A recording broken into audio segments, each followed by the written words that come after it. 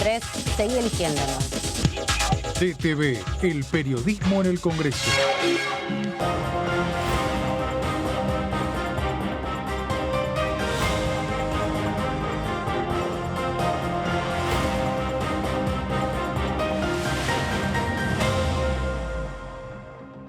¿Cómo están? Bienvenidos, bienvenidas. Último día de la semana, último día también del mes de abril, por lo menos hábil. Aquí estamos para sintetizar, cerrar todo lo que ha sucedido en estos 5 días continuos. Tenemos algunas anticipaciones sobre lo que pasará la semana que viene. Finalmente se decidió que el miércoles 3 de mayo será el día de convocatoria para la Comisión de Juicio Político que investiga si hubo irregularidades en el desempeño de las funciones de los 4 miembros de la Corte Suprema de Justicia, con solamente 2 convocados, 2 personas convocadas para testificar en este contexto de juicio político. Uno, Aldo Tonón, tercera vez convocado, exdirector de la obra social del personal del Poder Judicial de la Nación, quien, bueno, viene siendo reticente a presentarse, argumentando que teme autoincriminarse en las preguntas que le puedan hacer los diputados y diputadas de la Nación. Pero también fue invitado, y eso sí está confirmado, nuevamente Daniel Héctor Marchi, que hasta una semana atrás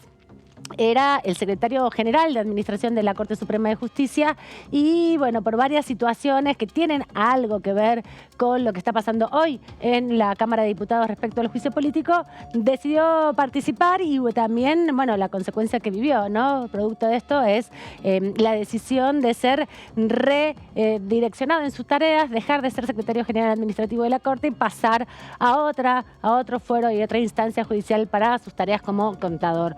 Todo eso se devela en este contexto de del juicio que se sigue adelante a los miembros de la Corte Suprema, y el miércoles entonces a las 3 de la tarde, nuevo día de convocatoria. Otra comisión que también se va a estar juntando, bueno, tiene que ver con la Comisión de Comercio, que insiste también la diputada Gabriela Lena en debatir varios aspectos que impactan en la vida comercial, de lo cotidiano, de los comerciantes, de los consumidores, y es por eso que también convocó una comisión para el mismo miércoles, pero más temprano, a las 11. Analizaremos con estos 2 diputados que vamos a compartir hoy su perspectiva de todo lo que está sucediendo. Por un lado vamos a estar hablando con Alejandro Vilca del PTS, dentro del Frente de Izquierda, diputado por la provincia de Jujuy, para, bueno, conocer un poco más en detalle desde su perspectiva qué va a pasar la otra semana en esa provincia donde hay elecciones. Ahí lo tenemos al diputado Vilca. Y aquí el presidente de la Comisión de Presupuesto, la comisión más importante que tiene la Cámara de Diputados y también en ese sentido en el Senado,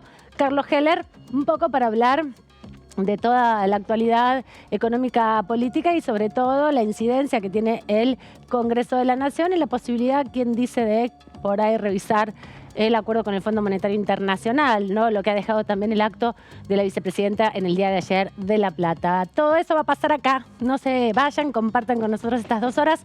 Son las últimas de la semana, el cierre ya de todas las actividades en el Congreso. ¿Cómo anda, Sebastián Edida? Bien, todo bien, Amanda, todo tranquilo. Bueno, me alegro. Mejor así. ¿Vos cómo estás?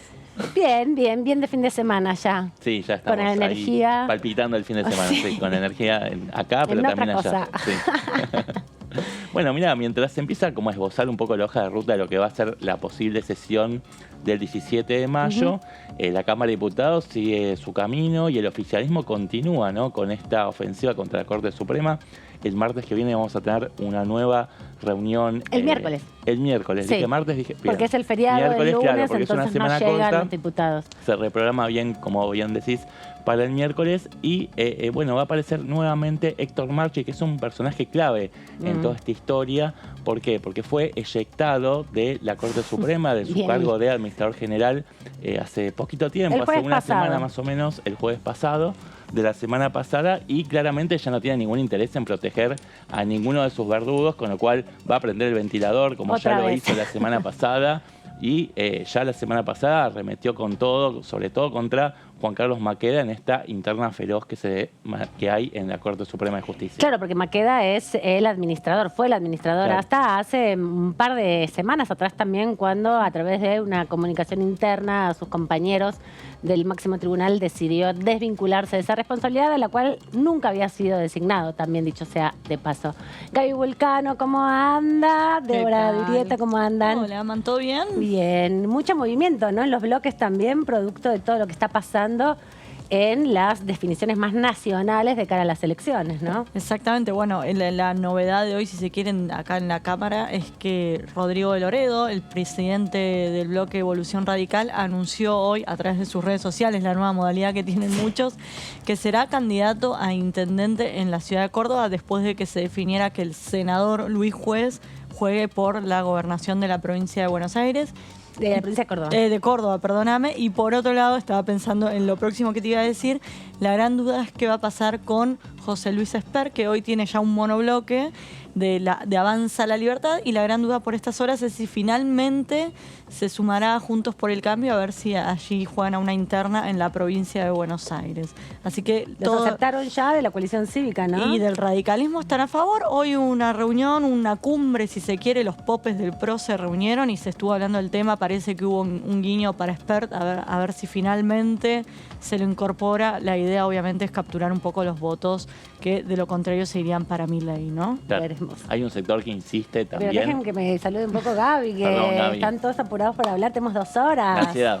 La ansiedad de ¿Qué viernes. tal? ¿Qué tal? No, coincido un poco con lo que estaba diciendo Débora, cómo, y tal vez lo llevo no más al plano, lo llevo más al plano nacional, que tiene que ver cómo va a repercutir los primeros lineamientos que se están haciendo al interior de las 2 principales coaliciones. Por un lado, Juntos por el Cambio, con ya sea la incorporación de Espert, pero no solo eso, sino también cómo resuelven las tensiones internas y cómo unifican un discurso en torno al proyecto político y económico que quieren proponerle al electorado y cómo se traduce eso al interior de Juntos por el Cambio aquí en el Congreso. Y por otro lado, algo central me parece que tiene que ver con el discurso que dio ayer la vicepresidenta Cristina Kirchner, que entre muchas de las cosas que dijo, porque bueno, se refirió a la coyuntura internacional y a la situación de la Argentina, a los distintos periodos de los diferentes gobiernos que llevaron adelante proyectos económicos que están en las antípodas de lo que ella espera que represente el candidato del Frente de Todos. También cómo va a repercutir eso aquí al interior del Congreso, porque de alguna manera le hizo un guiño a los diferentes sectores, sobre todo reforzó su alianza con el Frente Renovador, con Sergio Massa, pero no dejó del todo afuera a quienes están más referenciados en la figura del presidente Alberto Fernández. Sí, fue importante lo de ayer, lo vamos a repasar ahora en un ratito. Ya nos están convocando para presentar a nuestro primer invitado, que lo presentamos de esta forma.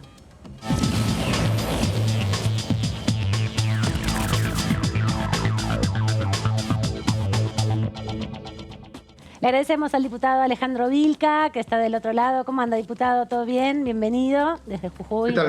¿Qué tal? Buenas tardes. Un saludo a todo el estudio y a toda la audiencia, ¿no? Muchas gracias. Estás muy a full, me imagino, porque el 7 de mayo hay elecciones en la provincia. ¿Cómo viene el armado desde el Frente Izquierda, desde el PTS? Y cómo viene también, bueno, la capacidad, posibilidad de hacer campaña y de acceder a la comunicación directa con la ciudadanía.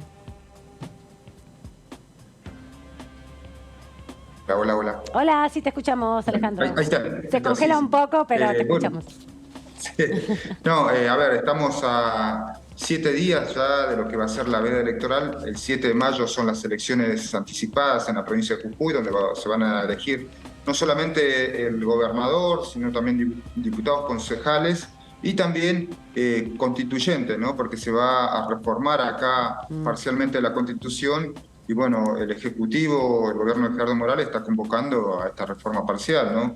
El marco de estas elecciones se da como en todo el país, ¿no? Un marco de crisis, donde los sectores populares, la verdad que la están pasando mal, ¿no? Con la inflación, bajos salarios.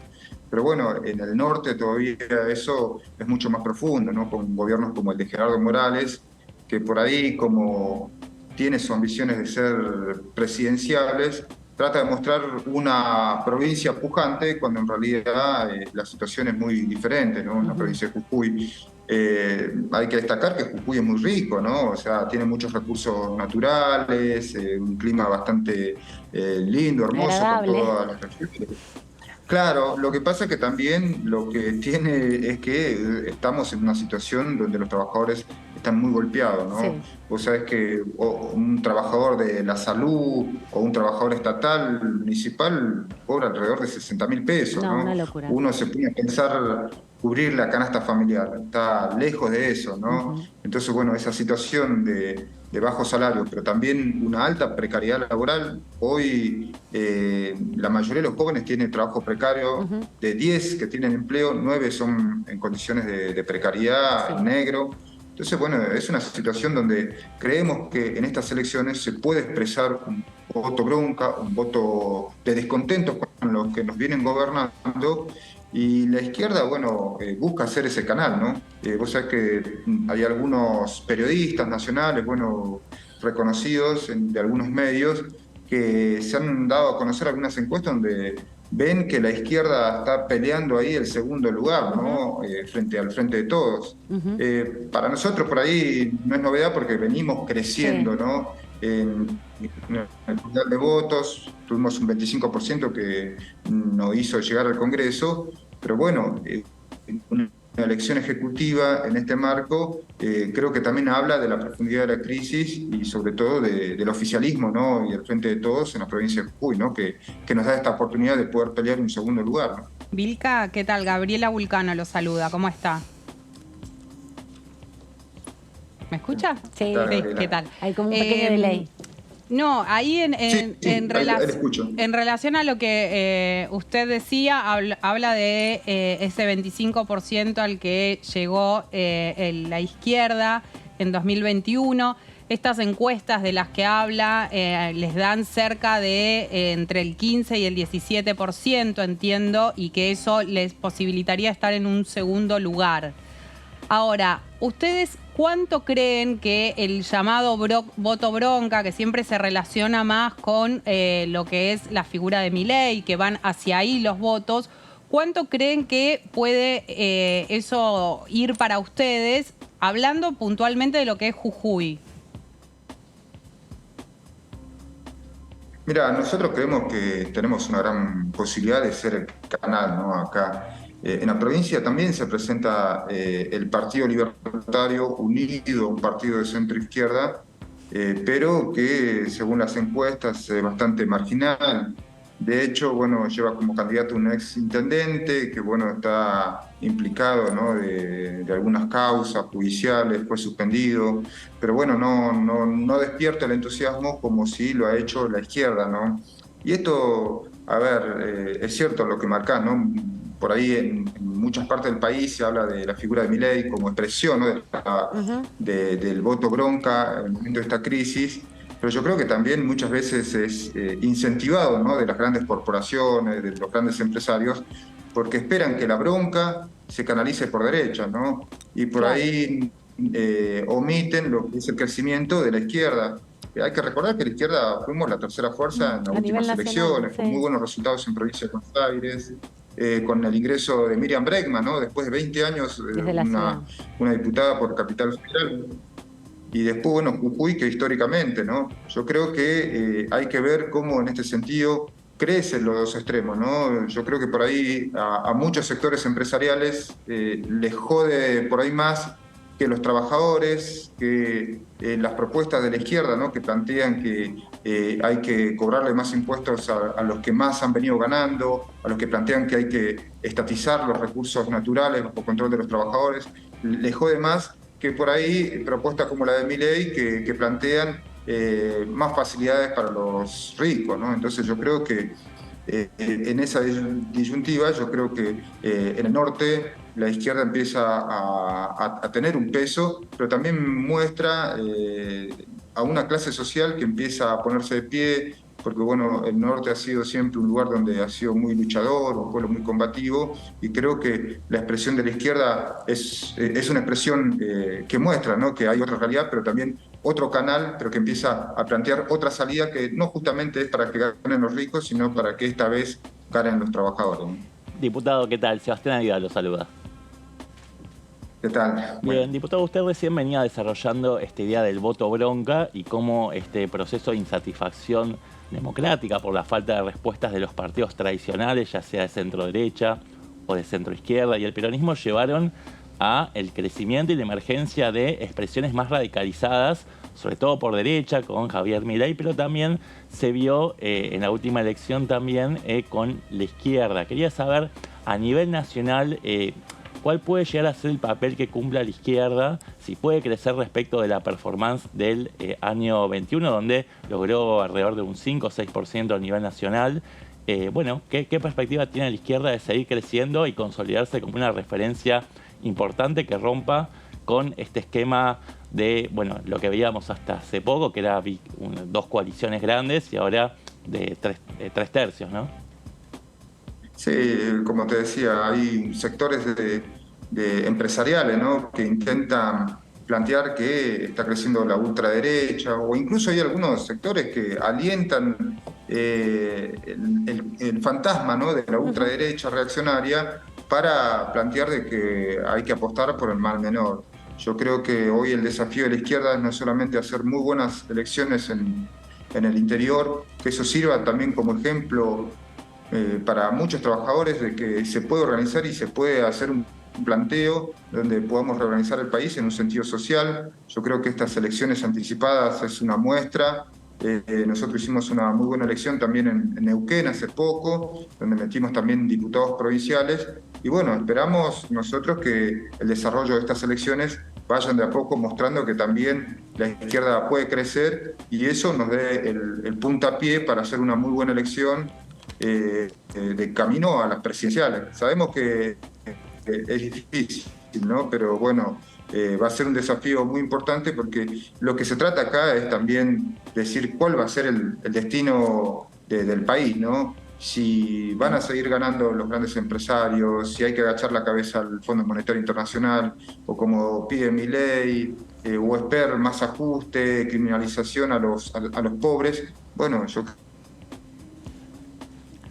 Ahí. ¿Lo perdimos? No, creo que tiene un hay delay. una salida por izquierda. ¿Qué tal, diputado ¿Perdón? Débora? No, ahí te escuchamos bien, se había tildado un poquito. Hablando del destino del país, ayer la vicepresidenta de la Nación, Cristina Kirchner, puso sobre la mesa algo que viene planteando Javier Milei, que tiene que ver con la dolarización de la economía. Doy por sentado que la izquierda no acompañaría esa iniciativa, pero quisiera saber por qué, cómo le explican a sus votantes por qué no irían por esa vía para bajar la inflación. Mira, la discusión de la inflación es muy pertinente, ¿no? Lo que vos planteás, o sea, el planteo de Javier Milei es bastante demagógico, ¿no? Porque juega con a quién no le gustaría tener dólares, pero sería fácil, ¿no? Ellos dicen cambiar pesos por pero no es tan así.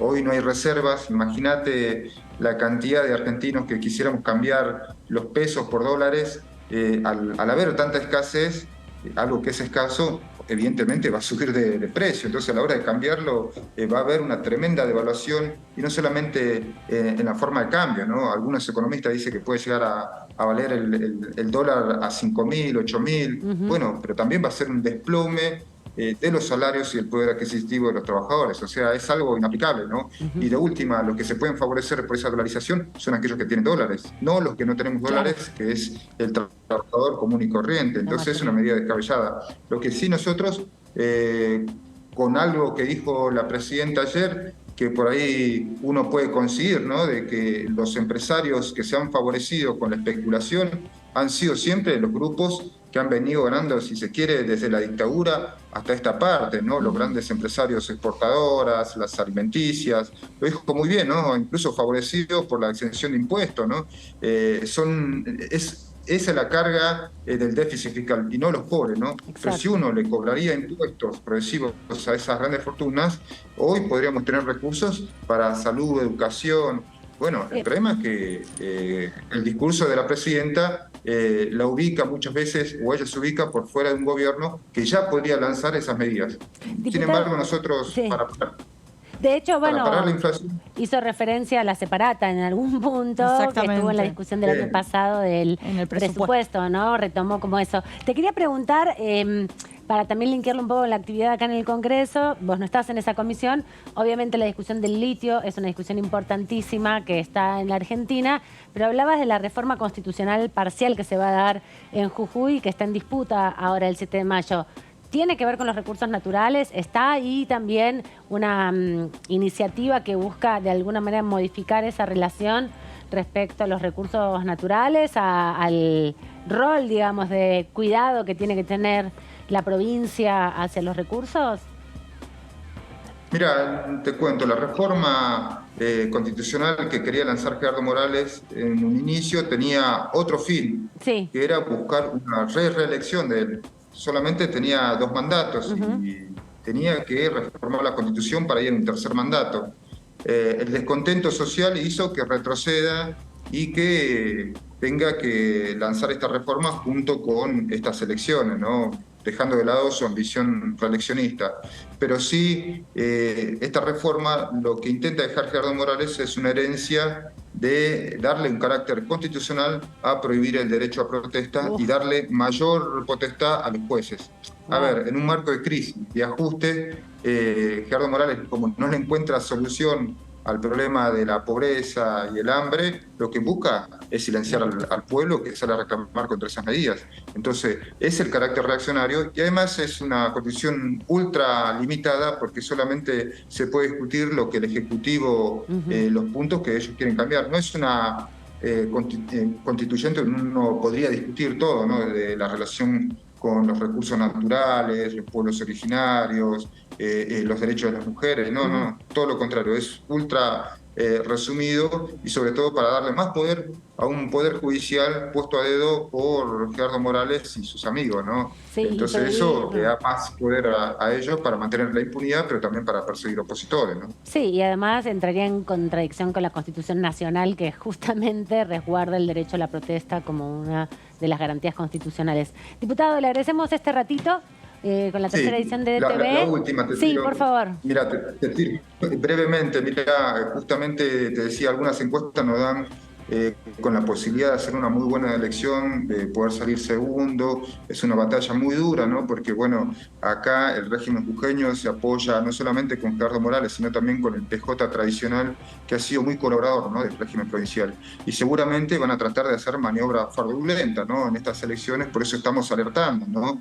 Porque, bueno, siempre pasa que en Jujuy las boletas del Frente Izquierda desaparecen de las mesas, no se cuentan los votos, o muchas veces se corta la luz en el centro de cómputo, ¿no? Entonces nosotros estamos convocando, ¿no? A todos los amigos, simpatizantes y a todos los organismos de derechos humanos a que presten atención, porque lo que puede ocurrir es un fraude, pero sobre todo no es sobre los partidos, sino sobre la voluntad popular, que seguramente va a expresar un voto bronca sobre aquellos los que vienen aplicando un duro ajuste, ¿no? Por eso aprovecho para alertar esta situación y, bueno, poner en conocimiento lo que pasa en Jujuy y lo que se juega, ¿no? En estas elecciones. Muchas gracias, diputado, y gracias también por esta aclaración. Es importante porque en los procesos electorales que van a venir de acá en adelante hay también cierta vigilancia que hay que hacer en los territorios sobre el escrutinio y el proceso eleccionario. Así que lo vemos en cualquier momento. Que tenga buen fin de semana y buen lunes, Día de los Trabajadores y Trabajadoras. Bueno. Felicidades. Igualmente, una felicidad del trabajador. Hasta luego. Hasta luego.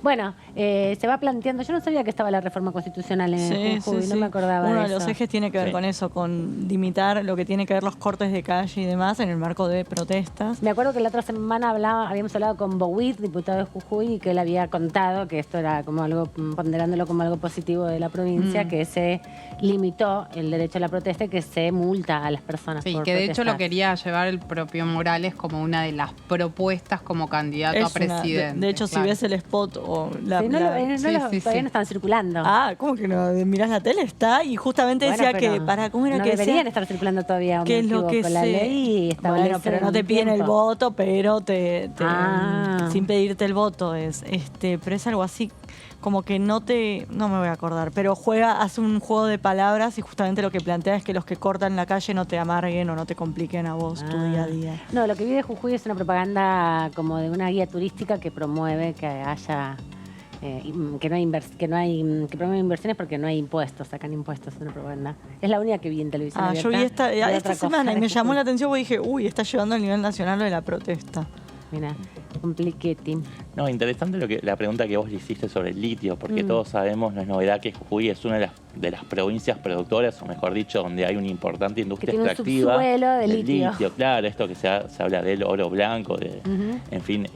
Y justamente el discurso de Cristina Fernández de Kirchner ayer en el Teatro Argentino de La Plata puso el foco, tocó esa tecla, ¿no? De qué hacer en la relación con los recursos naturales. Por ejemplo, ella habló de armar un programa común entre los distintos integrantes del Frente de Todos y, entre otras cosas, puso sobre la mesa la discusión acerca de si podría conformarse una asociación virtuosa entre el Estado Nacional con las provincias y agentes privados para poder desarrollar la industria del litio, que además sería importante, además que se le agregue valor y que se monte en esas provincias una industria, la industrialización de la batería, justamente. Así que, nada, es una discusión que el oficialismo muchas veces lo trae, pero gobierna hace 3 años y pico y no se llevó adelante ningún tipo de ese tipo de proyectos. No, de hecho son las provincias las que tienen la potestad de administrar los recursos naturales. Hay toda una discusión en la Comisión de Minería, ¿te acordás? Hace un par de meses atrás, el año pasado, pero más de diagnóstico, porque cambió el Código de Minería por el tema de las regalías, y después cada provincia también tiene que definir hacia adentro cómo administrar esos recursos. Sí, ahí me parece que es un tema que deberían discutirlo no solamente al interior de una fuerza política, porque como decía Sebastián ayer, la vicepresidenta lo planteó, que es algo que viene planteándolo cada vez que puede y casi que es como una de las principales preocupaciones, más allá de lo que es la economía bimonetaria, la discusión en torno al déficit fiscal y demás, que le escuchamos hablar mucho sobre eso, pero qué hacer con los recursos naturales y puntualmente con el litio. Y yo no veo tanto esa discusión que se esté dando en las demás fuerzas políticas.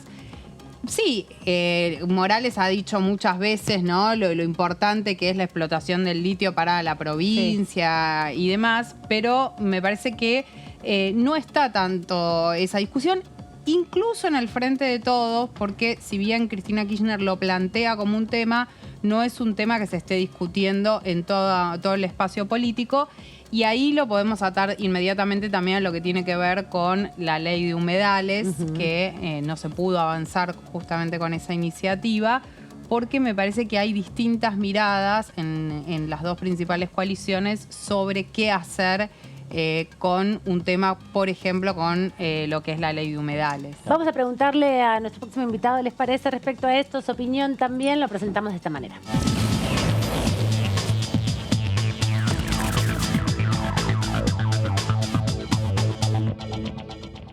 Le agradecemos al diputado Carlos Heller por este ratito, presidente de la Comisión de Presupuesto, diputado de la Ciudad de Buenos Aires del Frente de Todos. ¿Cómo anda? Del Partido Solidario también, autoridad, presidente. ¿Qué tal, Alba? ¿Cómo va? Bien, muy bien, muy bien. ¿Anda?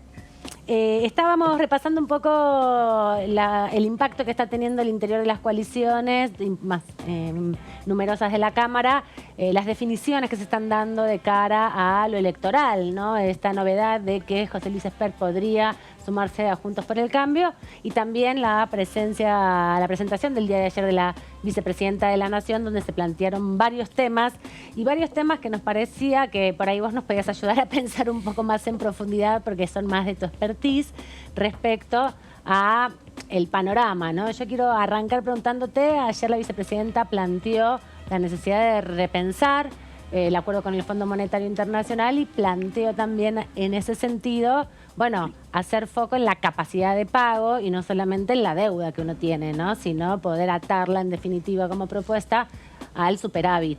¿Cómo vas viendo eso? A ver, lo primero que dijo al respecto Cristina, creo yo, es que no hay que endeudarse con el Fondo Monetario Internacional y que el verdadero problema es haber entrado. Sí. Es decir, lo dijo con mucho énfasis y más de una vez, creo, a lo largo del discurso. Yo agrego siempre que además de endeudarnos, nos endeudamos contra nada, porque si nos hubiéramos endeudado para hacer vaca muerta, uno diría, bueno, con los ingresos después vamos a poder pagar. Pero esto es como que sacamos un crédito, fuimos al casino, nos patinamos la plata y ahora nos quedamos con la deuda. Y ahora tenemos que ver cómo la pagamos porque no tenemos contrapartida. Esa es la primera cuestión. No se puede obviar en ningún análisis el tema del origen, porque si no discutimos, no habría que... Pero claro. Argentina fue llevada a una situación que es inadmisible. Segundo, creo que también ayer Cristina dijo, no se trata de no pagar, sino de discutir la flexibilización de las pautas y sobre todo a partir de las cosas que pasan, porque para tomar la última, la sequía no es imputable a un tema de gestión. Exacto. Es un tema de la naturaleza y entonces tampoco se nos pueden imputar los costos que ha tenido para la Argentina la guerra. Es decir, la guerra entre Rusia y Ucrania encareció los combustibles, encareció los fletes, para la Argentina tuvo un costo altísimo. Y también tenemos derecho a discutir, entonces, por qué nos tenemos que hacer cargo de esos costos. El costo, y acá creo que al análisis de ayer de Cristina yo le quiero agregar una cosa, que ella no mencionó, porque a veces no se puede hablar de todo, ¿no? Lo digo. Se habla todo el tiempo del déficit fiscal primario, porque a los organismos multilaterales y en particular al fondo no le conviene que se hable de los intereses, porque los intereses los cobran ellos. Claro. Entonces todo el tiempo pero para la Argentina el problema no es el déficit primario, para el problema de la Argentina el problema es el déficit total, porque nosotros tenemos que pagar el primario y el de los intereses, el costo financiero, que es el déficit que finalmente tenemos. Y el año 2022 nosotros tuvimos 1.8 del PBI de intereses de la deuda con el fondo. Y entonces no es una discusión menor o ideológica o porque lo queremos discutir porque somos discutidores.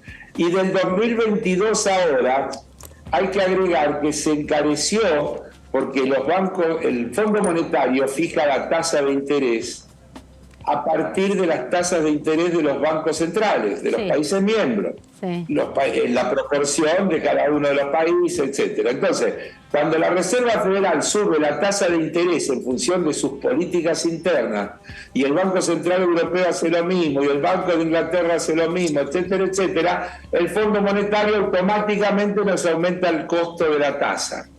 En marzo del año pasado, esa tasa estaba en 1.2 anual. Sí. Hoy está en 4.6 anual. Esos son 1.500 millones de dólares más año que le tenemos que pagar al Fondo Monetario por el mismo crédito. Entonces, mirá si hay cosas para discutir con el Fondo Monetario. ¿Ya? Y eso, aparte está el tema de los sobrecargos, las sobretasas. Es otra... Que eso tiene que ver con el volumen del crédito y con lo caro que era también los intereses, en definitiva. Pero Alma, vos pensás que ellos nos dieron un crédito que no debían darnos y nos cobran a nosotros una multa. Para tener una idea de lo que son 50.000, el crédito que le dieron a la Argentina fue de 56.000 o 57.000 millones de pesos. No se llegaron a desembolsar los últimos 11, porque Alberto Fernández, cuando la ganó la elección, dijo, no den más, paren ahí. ¿Se acuerdan? Sí, sí.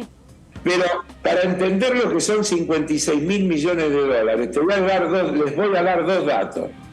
Hace poquito el Banco Mundial decidió ampliar su capacidad de préstamo. Banco Mundial, capacidad de préstamo, en 50.000 millones de dólares para los próximos 10 años. A la Argentina le habían aprobado 56.000.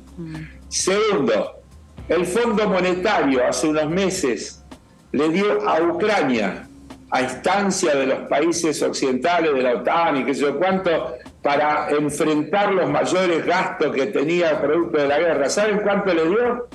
15.600 millones de dólares. Un tercio de lo que nos dio a nosotros.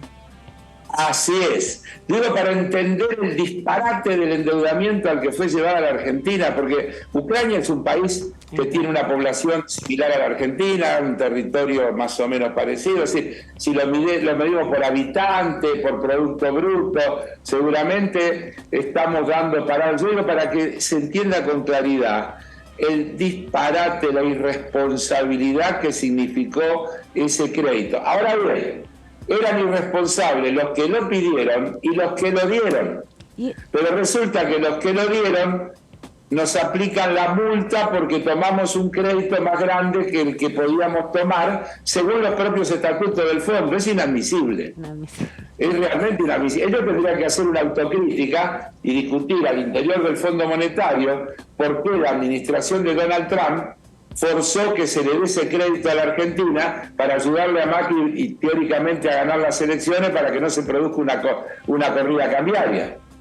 Y la metieron a la Argentina en este brete. Y ahora nos cobran una sobretasa, una multa, porque estamos en este brete. Es un tema que hay que discutirlo por razones económicas y también por razones políticas, porque es absurdo que nos estén cobrando una multa por haber infringido ellos las normas de financiamiento del Fondo Monetario Internacional. Diputado, ¿qué no tal? sé si es suficientemente claro. Clarísimo. Bien. ¿Qué tal, diputado? Sebastián Aguilar, saluda. ¿Qué tal? ¿Cómo vamos? Bien, diputado, más allá de la responsabilidad del pecado original por este crédito dado en condiciones extraordinarias hacia la Argentina en la época de Macri, la presidenta volvió a ratificar que el acuerdo para refrendar un poco esta refinanciación de la deuda con el Fondo Monetario Internacional fue malo y, entre otras definiciones, dijo que este acuerdo es inflacionario porque ata la política devaluatoria a la inflación en un país con una matriz bimonetaria donde sabemos que cualquier salto cambiario se traslada automáticamente a los precios. ¿Coincide con esta definición de la vicepresidenta? A ver, es difícil contestar sí o no porque yo tengo una visión un poquito, digamos, distinta. Creo que eso es parte del problema y no todo el problema. A ver, en el mundo entero, cuando suben las tasas de interés, suben para generar freno a la inflación. En la Argentina pareciera que cuando suben las tasas de interés generan inflación.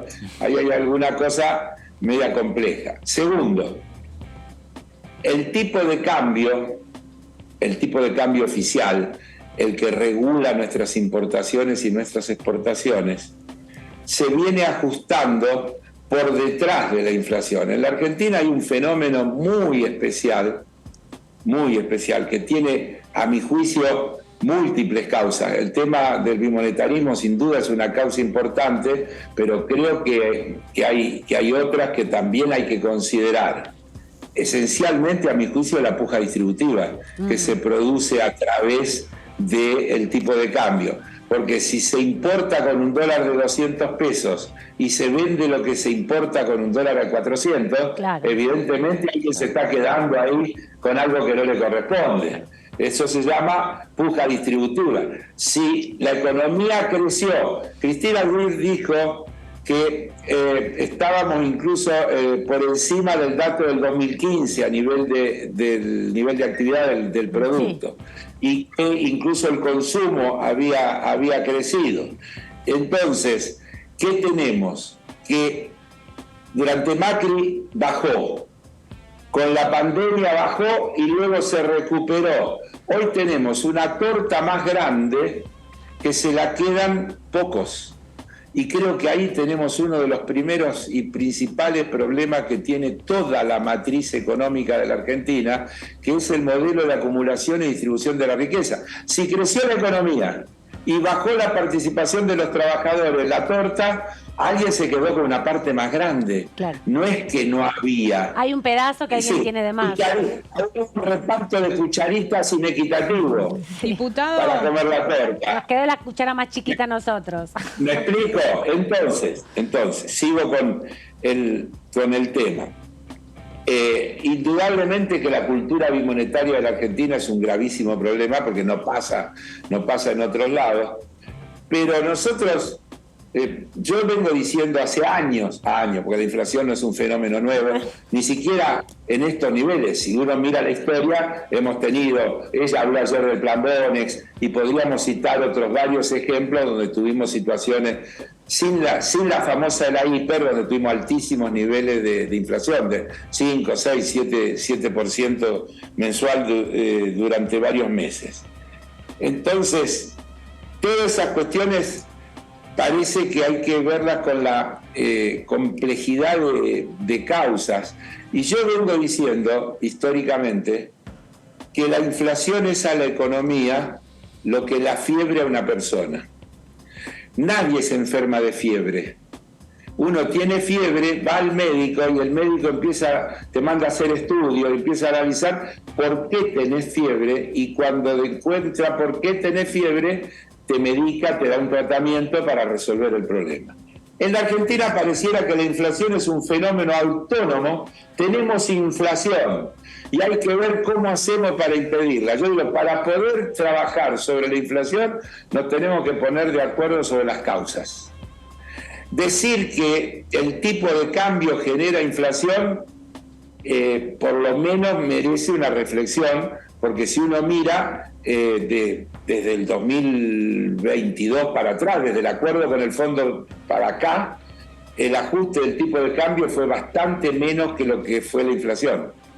Por lo tanto, si no se hubiera venido ajustando, hoy se estaría diciendo que tenemos atraso cambiario y que no se puede exportar porque el tipo de cambio no cubre los costos. Por eso digo que es mucho más complejo y variado el tema del análisis. Pero acá nos dijeron históricamente, es por el tipo de cambio. Yo digo, me parece que no. Es por los salarios. No, si los salarios vienen de atrás.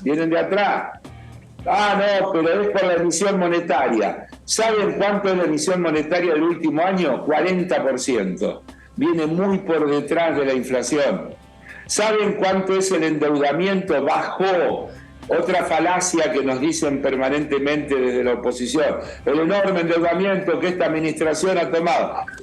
Cuando se fue Macri, la deuda pública total en relación al PBI era 5 puntos más alta de lo que es ahora, con la ventaja de que ahora, además de ser más chica, se cambió deuda en moneda extranjera por deuda en moneda local, claro, que es mucho más aliviada desde el punto de vista conceptual. Entonces, también es una falacia la del endeudamiento excesivo, la de la bomba que está por explotar, etcétera. Yo creo que estamos en el medio de una acción de mercado donde se combina la acción especulativa en función de la puja distributiva y los intereses políticos que apuntan a desestabilizar, y que empezaron como mínimo a mitad del año pasado, cuando se empezó a hablar de la Asamblea Legislativa que iban a cambiar el presidente, cuando se habló de la bomba que estaba por estallar, cuando no estalló el tiro y generó aquel famoso título de Clarín, la bala que no salió, sí, pero el fallo que saldrá, y cuando pasaron todas las cosas que vienen pasando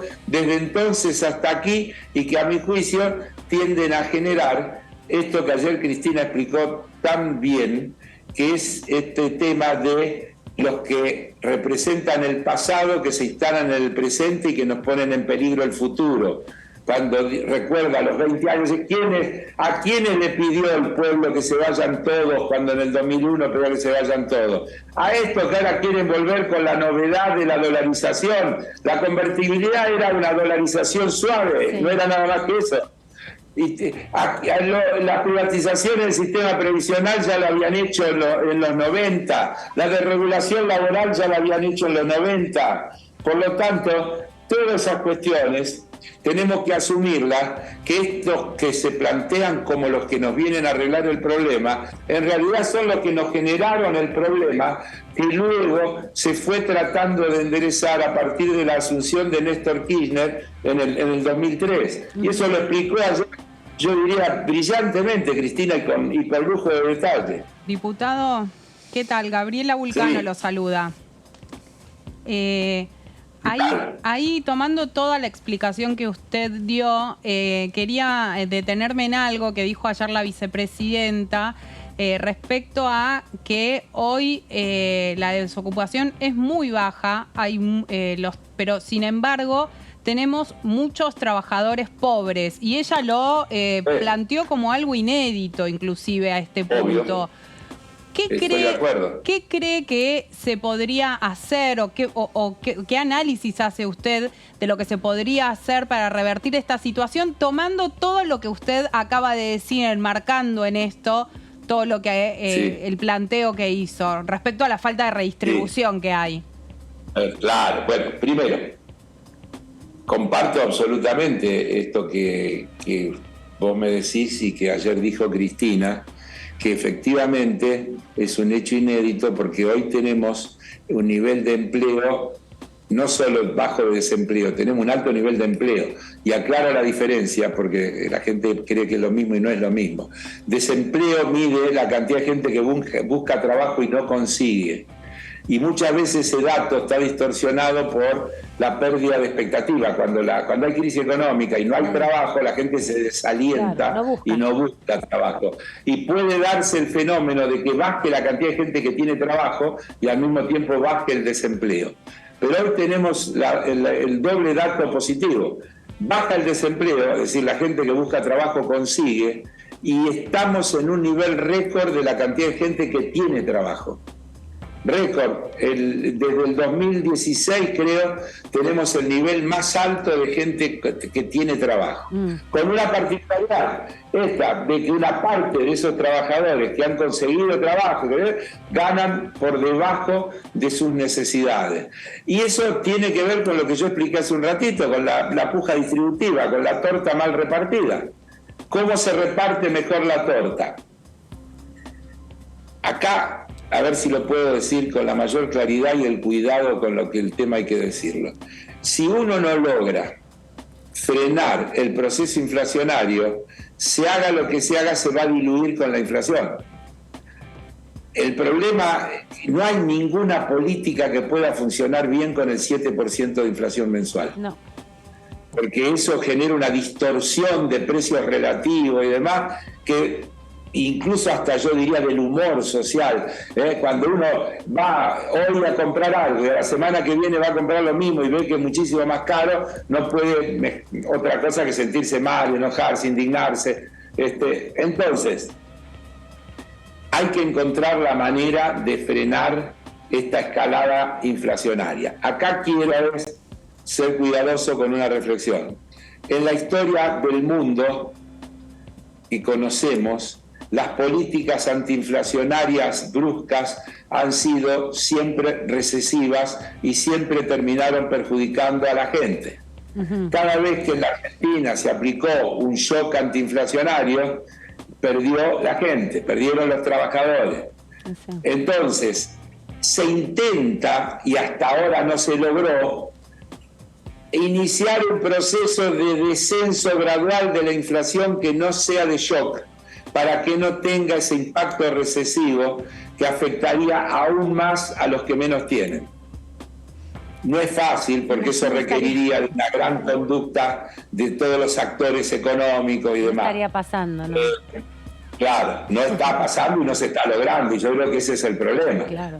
Pero digo, después, el otro día, el sábado pasado, Máximo Kirchner incluso salió al cruce de las discusiones y el tema es una suma fija, paritaria, dijo paritaria, suma fija, doble aguinaldo, lo que sea, hay que mejorarle el salario a la gente.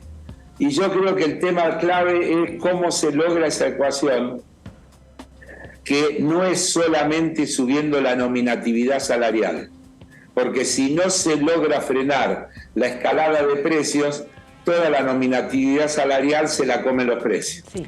No podemos seguir aceptando que, insisto, se importe con el dólar oficial y se comercialice con el dólar ilegal. Es un disparate, no tiene sentido. El dólar oficial es una política pública para proteger los precios, y los que acceden a ese dólar oficial tienen la obligación de cumplir con que tienen que hacer que esa sea la incidencia que tiene lo importado en el valor de los productos. De lo contrario, se están apropiando de renta pública sin sentido.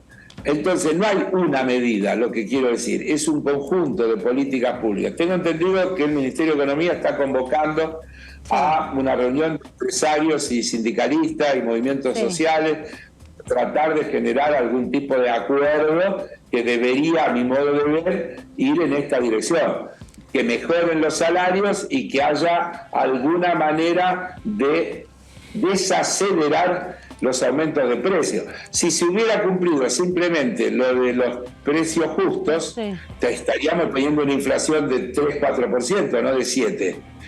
Porque los precios justos está pactado creo que 3 y pico por ciento mensual. 3% mensual. Nadie dijo 0. Está planteado esto que yo digo de un esquema de descenso. En el presupuesto nosotros aprobamos 60% de inflación para este año, que sigue siendo un número altísimo, pero que frente a lo que venía es esa escalera descendente de la que yo estoy hablando. En el plurianual del presupuesto es 60 para el 2023, 44 para el 2024, 33 para el 2025, tratando de desacelerar la inflación sin que se genere un shock que termine siendo recesivo y generando un efecto negativo peor de lo que se está tratando de resolver. ¿Qué tal? Así de complicada la situación. Me agarro la cabeza. Ese es el tema. ¿Qué tal, Heller? Primero hay que entenderlo. Ayer la vicepresidenta nos dijo un montón de veces, hablen, expliquen, y bueno, yo trato de hacer eso. Lo primero que hay que hacer es que se entienda. ¿Qué tal, Heller? Si se entiende, por ahí es más fácil. Te da entendiendo. Débora Urieta lo saluda. Usted plantea que justamente una política de shock podría afectar a los que menos tienen y demás. El asunto es que la inflación sigue subiendo, fue de 7,7, muy alto, y el temor es que hay figuras como Javier Milei que plantean dolarización de la economía, fin de la inflación. O sea, el problema me parece mucho más complejo que lo plantea Milei. ¿Por qué no ir a la dolarización? Que intuyo que usted no está a favor de la dolarización, de hecho lo dijo. ¿Y cómo explicar que esa no es la solución? No es sencillo. Es casi, diría, muy sencillo. Primero y simplemente porque la Argentina no tiene los dólares por los que podría dolarizar su economía. ¿Cómo podríamos hacer para pagar los sueldos en dólares, comercializar en dólares? ¿Con qué dólares? No. ¿Con qué dólares? Por eso en su momento hicieron la convertibilidad, que fue la ficción del 1 a 1. También ayer Cristina dijo, todas las cosas que se dijeron, y coincido totalmente, la convertibilidad funcionó mientras se fue poniendo en la hoguera cada vez que hizo falta una empresa pública. Claro. Con el producido de las privatizaciones se sostuvo una paridad arbitraria como era el 1 a 1. Las paridades no se pueden fijar por decreto, porque las paridades fijan los niveles de actividad económica de los países, sus niveles de productividad, de eficiencia, de un montón de cuestiones, lo que determina la fortaleza de una moneda. Si fuera tan fácil que uno puede sacar un decreto diciendo cuánto vale la moneda, no habría problema ni economía, pero es un disparate eso. Es una ficción. Entonces, atar la economía argentina a una moneda que está basada en parámetros absolutamente distintos a lo de la economía argentina es una locura. Pero además no tenemos los recursos para hacerlo, porque si tuviéramos los dólares como para poder dolarizar toda nuestra economía, no tendríamos los problemas de reservas que tenemos, no habría las tensiones cambiarias que se instalan diciendo que no tenemos reservas, etcétera, etcétera. Lo que Milei hay que tomarle el discurso entero, porque él vuelve a decir vamos a volver al sistema de las AFJP, vamos a liquidar las empresas públicas, vamos a privatizar la obra pública. Es decir, que cuando hay que hacer un colegio, va a ser un colegio privado, cuando hay que hacer una carretera, va a ser una ruta que va a ser una empresa y que la va a comercializar y nos va a vender el derecho a pasar por la empresa. Esa es la propuesta que, claro, nos va a dar voucher para ir al colegio. Maravilloso. Digámosle a la gente, ahora. estamos en un proceso electoral. Para que Milei pueda tener éxito, lo tiene que votar la gente. Y para que la gente lo vote, tiene que estar confundida y no entender. Entonces, sigamos explicando con toda la voz que tenemos y con todas las posibilidades que tenemos, para que no nos pase, porque sería terrible si llegara a pasar, de verdad, que volviéramos a una de las variantes que plantea el neoliberalismo, ya sea, como ella ayer hablaba, de halcones y palomas, diciendo todo lo mismo, la diferencia de discurso, pero en el fondo todos plantean lo mismo. Desde Rodrigo Larreta a Milei, los matices son discursivos y no de proyecto. No tienen, fíjense con qué naturalidad Esper se incorpora junto por el cambio. Exacto. No le cuesta nada. Si quieren lo mismo. Diputado. Son, digamos, sucursales del mismo proyecto. Me gustó esa referencia. Es que me gustó la referencia de la sucursal porque es una forma una sola para entenderlo. Diputado. Y con Milei tampoco tienen diferencia. Con Milei tampoco tienen diferencia. La diferencia que tiene, que Milei le dice, bueno, que se vengan los más radicalizados junto por el cambio para mi partido y hacemos una forma. Que venga Bullrich y Macri, yo lo quiero. Dice, no quiero a los radicales que son, dice, de la socialdemocracia, no quiero a los de la coalición cívica, que son de izquierda disfrazada, dice, hace toda una serie de cosas, pero con el ala dura, digamos, de Junto por el Cambio, le ofrece, salgan de Junto por el Cambio y hagamos una sola fuerza. Diputado, porque no tienen diferencias ideológicas. Hay algo que usted decía, es necesario explicar, y recién una de las cosas que le contestaba acá a mi compañera respecto al hecho de dolarizar, es, bueno, el primer punto, la Argentina no tiene dólares suficientes para hacer eso. Eso es como lo básico. Pero el otro tema, autorización para emitir. Y autorización para emitir. Pero el otro tema es que... Ni autorización para emitir dólares. Por eso. No podemos publicar dólares. Por eso. Pero además, me parece que lo que no termina de estar explicado, o lo que le pasa a mucha gente, por lo menos gente que yo conozco que dice, che, no está mal la de dolarizar, es esta idea de que va a cobrar el sueldo que tiene hoy en dólares. Como que es una transición directa. Pero ¿de dónde lo sacaría? ¿Dónde están esos dólares? No, pero además de que no están, tampoco, aún si estuvieran... Tampoco se lo pueden pagar. Claro que no, porque hace lo expliqué recién, tiene que ver con los niveles de productividad. Claro. No pudieron sostener la convertibilidad en su momento. Fíjate, a ver, repasemos. La convertibilidad era que no se podían emitir pesos si no había reserva equivalente en el Banco Central. Por era cada una suerte peso, de un dólar. Por cada peso, un dólar en el Banco Central. ¿Qué pasó? Que las provincias tuvieron que empezar a emitir cuasimonedas porque no tenían pesos para pagarle los sueldos a la gente. Y aparecieron cuántas, 15, 17 monedas tuvimos provinciales. La más conocida, los para pagarle los sueldos a los empleados públicos, porque no les podía. ¿Cómo le van a pagar con dólares? No le pudieron pagar con peso de la convertibilidad, y tuvieron que salir a emitirse todos los cuasi pesos que se inventaron. Y les explotó la mano. La convertibilidad, reitero, funcionó cuando cada 3 meses, ahora es aerolínea, ahora es YPF, ahora es yacimiento, ahora es lo otro, ahora son el sistema previsional. Esto que ayer mostró Cristina, ¿ustedes vieron la cantidad de activos de empresas privadas que tiene el Fondo de Garantía de Sustentabilidad? Ni un mango de eso se compró a partir del 2003. Todo eso es la herencia de las AFJP, es la cartera que tenían las AFJP, la guita de los jubilados, la famosa guita de los jubilados, puesta a financiar el patrimonio de los grandes grupos empresarios de la Argentina. ¿Quieren volvernos a eso? Es tan claro. A mí me pone loco que no se entienda. Lo que pasa es que también, diputado, en estas próximas elecciones el 60% del padrón son personas que tienen menos de 40 años o 40 años, y eso es una obligación generacional la transmisión de la historia en un proceso donde incluso los métodos para transmitir la historia, científicos en términos del contraste de la información, hoy están puestos en duda con toda la circulación también de la comunicación bastante terraplanista que existe y que es consumida de manera masiva, principalmente en Por eso también urbanos. Por eso también ayer Cristina habló de tratemos de que la gente nos informe por TikTok. Exacto. Ojalá y hubiera millones de personas mirando Diputado TV y escuchando este debate que tenemos nosotros. Seguramente mucha gente entendería cosas. O hay que llevar a TikTok eso. También hay que Claro que el método, claro que el problema comunicacional, cuando nosotros, ¿qué quiere decir medios hegemónicos?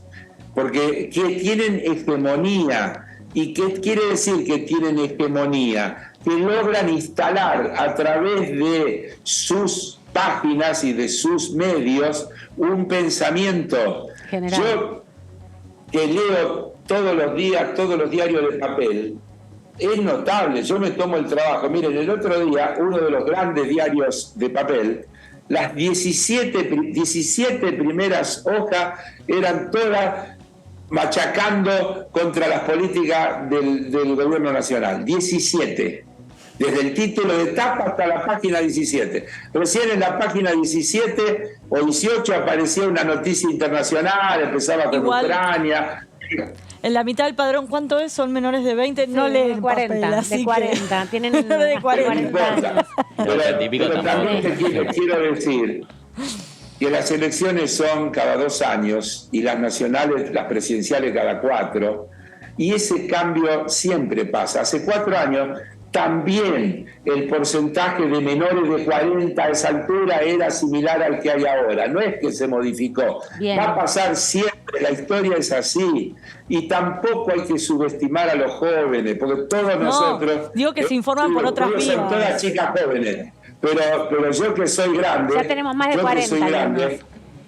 Yo que soy grande, también fui joven y también sé lo que son esas cuestiones.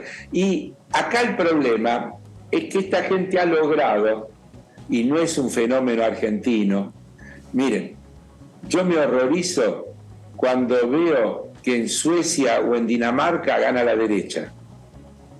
Porque en Suecia o Dinamarca, que han sido, yo diría, el centro de el estado de bienestar, países, yo fui, me acuerdo,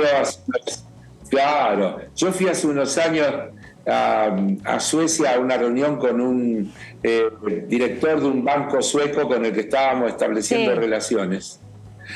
Y él me decía, yo pago 50% de impuesto a las ganancias, y me sacan el 50% de mi ingreso.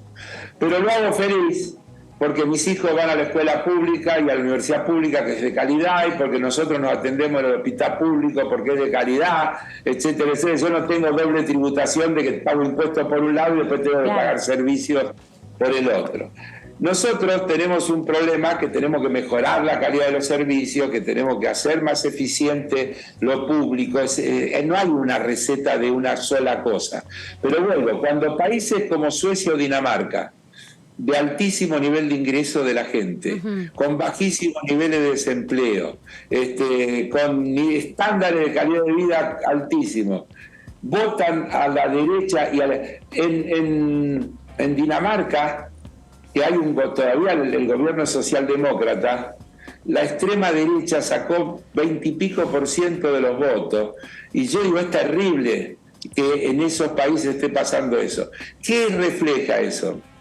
Que hay una situación mundial de bronca contra un sistema que distribuye mal la fantástica riqueza que el mundo ha acumulado, y esa bronca se vuelca en casi todos los lados en la representación de quienes gobiernan, sin entender que el problema es el sistema y que lo que hay que discutir son los sistemas y las políticas. Y entonces se da que tienden a ganar las oposiciones porque le echan la culpa a los gobiernos de turno de lo que está pasando, cuando los problemas son más profundos que eso. Perfecto. Pero bueno, forma parte de los desafíos. Claro. Miren, lo peor que le podría pasar a la Argentina es que tengamos un nuevo cambio de rumbo. lo digo con absoluta convicción, podemos discutir un montón de cosas de la actual administración, que no se hicieron, que se hicieron con poca profundidad, pero que no faltó el cambio de rumbo, digamos. Pero tengo la plena convicción de que es por acá. Gracias, Que hay diputado. que insistir por acá y que hay que profundizar por acá. Gracias, diputado, por este ratito aquí en la tercera edición de ETV. Estamos ya llegando al final de este bloque. Gracias por la charla y la conversación. Hasta cualquier momento. Que les vaya muy bien. Chao. Buen fin de semana. Bueno, llegamos a las 8, nos tenemos que ir rápidamente a la pausa. Clase magistral, número 2. Ahí volvemos.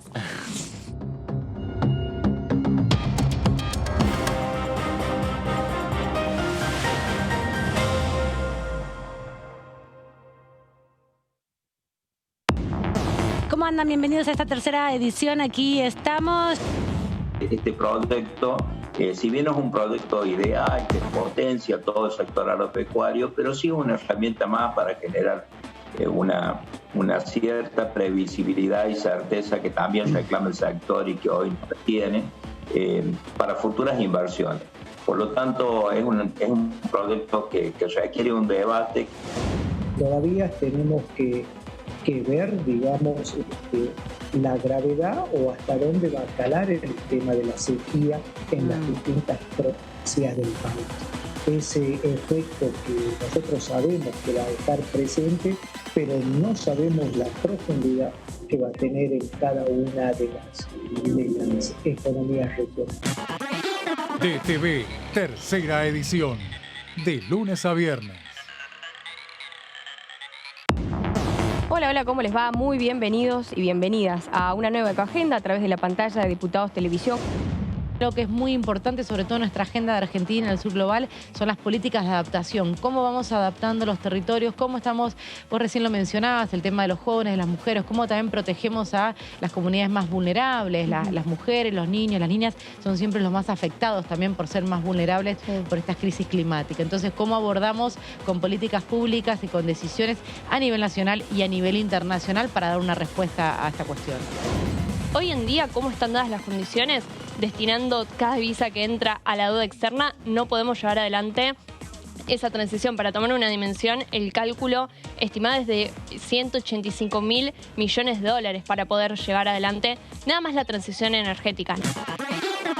Ecoagenda, jueves 23 horas.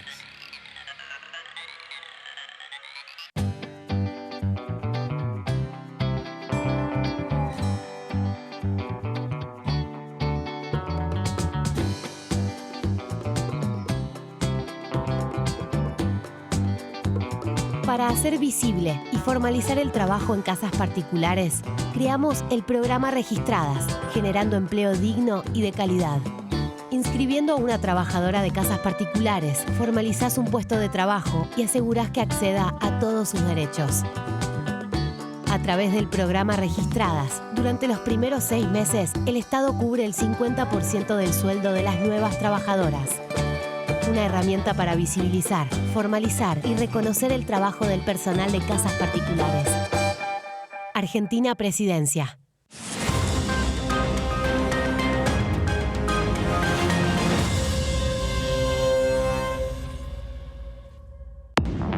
Bienvenidos a una nueva edición de DTV Noticias. Este es un proyecto que está destinado a tratar de equilibrar un poco la situación de los productores que estamos lejanos al puerto con respecto a los que están en la zona núcleo. El próximo tema será el de coparticipación federal y para esa época sí será convocado Silvio Robles, uno de los personajes más nombrados en la primera etapa del juicio y que hasta ahora no ha estado presente. DTV Noticias, de lunes a viernes.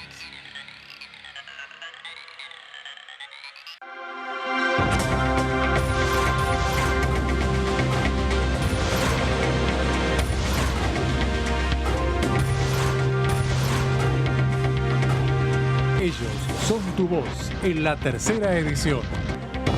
DTV, el periodismo en el Congreso.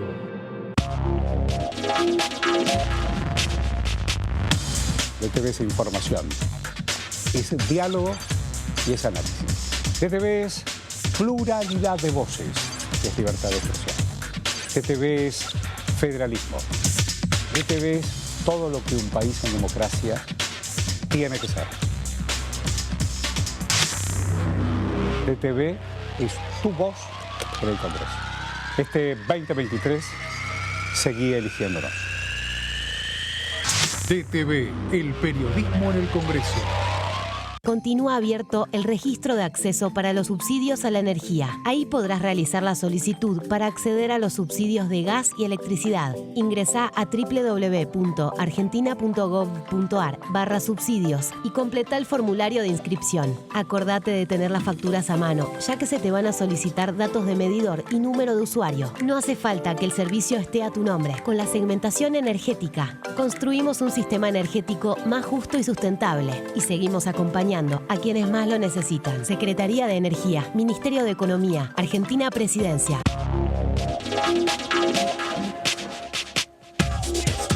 DTV es información, es diálogo, es análisis.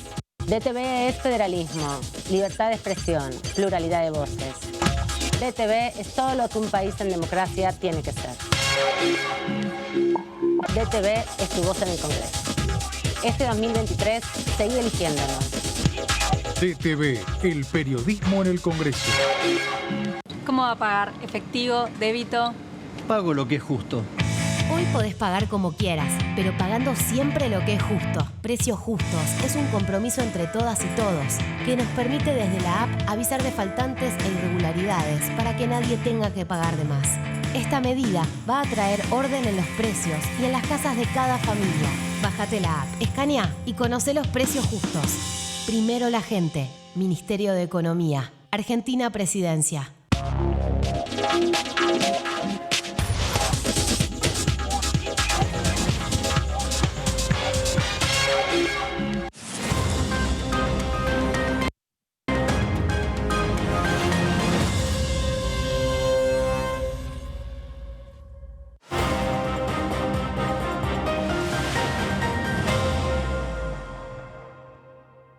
Nuevo bloque aquí en la tercera edición de DTV. Les contamos al principio, miércoles 15 horas, nueva jornada de juicio político. Este juicio que se le lleva a los 4 integrantes de la Corte Suprema de Justicia a partir de lo que dice el artículo 56 de la Constitución, que le da esta facultad al Congreso de la Nación para que pueda controlar de algún modo a los otros 2 poderes. Así como los diputados y diputadas o los presidentes, vicepresidentes y ministros pueden ser denunciados ante la justicia y ellos investigar sus acciones, bueno, el juicio político es una herramienta que no tiene una condena, sino lo que establece es la posibilidad de la inhabilitación por tiempo indeterminado o por un plazo particular, pero sobre todo la destitución del cargo de la persona que no cumplió con los estándares que se pretenden para una función de tan alto nivel. Los principales funcionarios de máximo nivel de la Argentina, de los poderes del Estado, son los que se someten a juicio político. La Cámara de Diputados le toca investigar, a la Cámara de Senadores le toca juzgar, en definitiva, y analizar si toda esa investigación y esos argumentos y pruebas que se han conseguido para señalar el mal cumplimiento de sus funciones de algunos altos funcionarios se contrastan o no con la realidad. Ahora estamos en la investigación, etapa de testimoniales.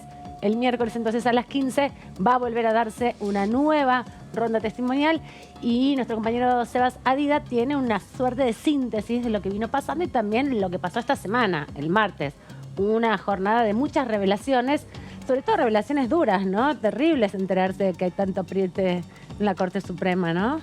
Sí, Marchi hizo entre muchas cosas, dijo que estaba siendo amenazado él y los trabajadores. Que se comunicaban con él. Sí, que se comunicaban con él.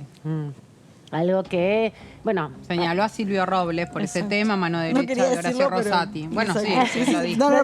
No sabía si lo ibas a decir o no. Sí, sí. Que es uno de los que seguramente van a estar en la lista de testigos que se va a convocar en el marco de la Comisión de Juicio Político. Todavía no se sabe cuándo se lo va a convocar a Silvio Robles. Silvio Robles, sí vino su coequiper, que es Natalia Monayer, ya hace como 3 semanas atrás, que ambos, bueno, son funcionarios de alto nivel en la vocalía que lleva adelante el trabajo de nada más y nada menos el presidente de la Corte, Horacio Rosati.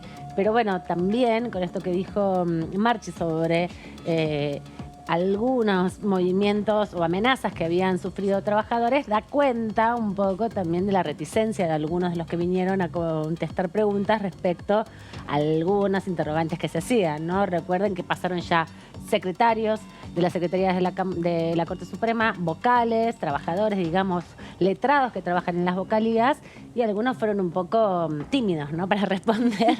Algunos apelan a la monosílabos. memoria también. Sí, sin duda, sin duda. Pero otros medio monosilábicos, entonces ahí por ahí intuimos un poco más el contexto en que se vive. Bueno, Sebas, te hicimos una gran introducción para que nos cuente qué pasa el miércoles. No, pero interesante este pie que me hacen, porque claro, este testigo que es clave, Héctor Marchi, ya está liberado de los disciplinamientos propios de la Corte Suprema. No tiene nada que perder, digamos. No tiene nada que perder, no tiene ningún interés en defender a el statu quo, porque fue trasladado, justamente le aplicaron una suerte de represalia por ese informe donde él deja al desnudo muchos de los manejos y desmanejos que hubo en la Corte Suprema, en la obra social de la Corte Suprema, con lo cual, claro, prendió el ventilador y enchastró a todos, ¿no? Sobre todo a Maqueda y a Tonón, que era el hombre de confianza, era el director de la obra social, puesto a dedo por el supremo juez Juan Carlos Maqueda. Ya vamos a hablar un poquito más de Marchi, pero vamos a poner un poquito más en contexto de lo que va a ser esta nueva reunión testimonial con la segunda parte de la declaración de Héctor Marchi, pero también fue convocado por tercera vez consecutiva el de quien hablamos recién hace un ratito, el exdirector de la obra social Aldo Tonón, que renunció hace muy poquito, el 30 de marzo pasado, diciendo que él no tenía capacidad de ejecución de los fondos y con lo cual se estaba desentendiendo de muchas de las imputaciones, ¿no? Él agobiado por estas denuncias que ponen en foco estos desmanejos en la obra social. Hay que decir también que hay dos procesos penales que se están llevando adelante, uno en sede penal y otro, perdón, en sede civil, respecto a denuncias que desde el año 2020 y años 2021 van haciendo los afiliados a la obra social por no poder acceder a prestaciones importantes, algunas de alta complejidad, que les han afectado su vida y muchos han tenido que poner dinero para poder afrontarlas. Bueno, estos juicios penales son un poco el pretexto en el cual se ataja Tonón para ser reticente a declarar ante la Comisión de Juicio Político, porque él dice que muchas de las declaraciones que él podría vertir en la Comisión de Juicio Político podrían llevar a autoincriminarlo y perjudicarlo en este proceso penal que se da en el juzgado, si no me equivoco, de Ariel Lijo. Sí, Ariel Lijo se lo lleva la investigación. Ahí va. Y bueno, ya anticipándose un poco a lo que va a ser un nuevo faltazo de Tonón, lo que se resolvió en el marco del pleno de la comisión fue que, al ser ya el tercer llamado a declaración en el marco de la comisión, se le va a hacer un apercibimiento de que si mantiene esta reticencia a declarar, va a ser requerida su presencia a través de la carga pública, a través de la fuerza pública. Claro, la policía lo busca en la casa y lo trae acá a partir de que un juez plantea esa necesidad, ¿no? Sí. Vamos a la siguiente placa, por favor, producción. Ahí estamos. A ver, la siguiente. Bueno, si no voy diciendo Marchi. yo. Ah, bueno, ¿quién es Marchi, no? Decíamos, ¿y por qué decimos siempre que es un testigo clave?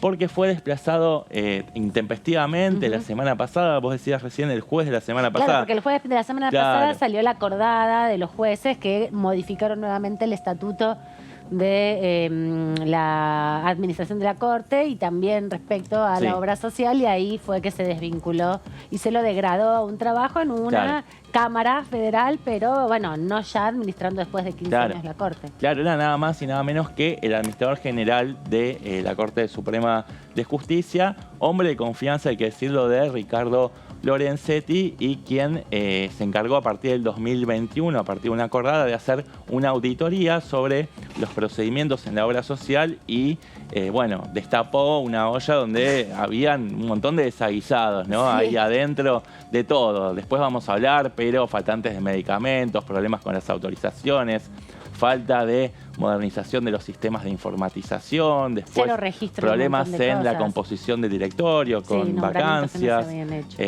bueno, todo tipo de problemas que después vamos a revisar uno por uno.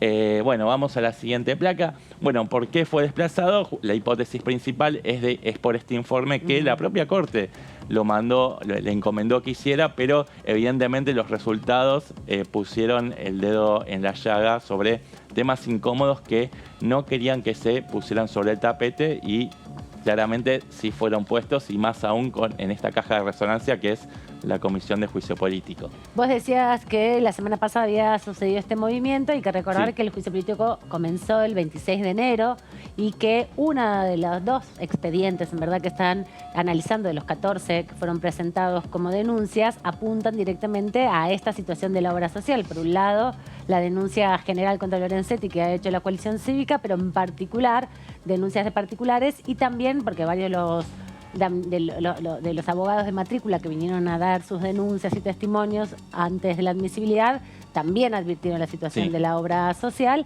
y diputados del oficialismo que retomaron las denuncias sindicales para ponerlas en forma de denuncia aquí en la Cámara, ¿no? Sí, y es eso, uno de los causales del juicio político contra la Corte. Ya y que ya hace un montón se sabía que esto iba a llegar, el informe. Así que, bueno, es como medio una consecuencia porque ya estaba citado Marchi para la semana siguiente cuando se tomó esta decisión el jueves. Sí, ya hubo 2 audiencias testimoniales en función de este causal y bueno, es probable que todavía siga refiriéndose Marchi. Es probable que también, por una cuestión de economía procesal, también se le pregunte sobre otras causas en las que está involucrado el juez Lorenzetti, por ejemplo, pero el tema de las prestaciones de la obra social va a seguir estando en agenda en la próxima reunión, que va a ser el día miércoles a las 15 horas.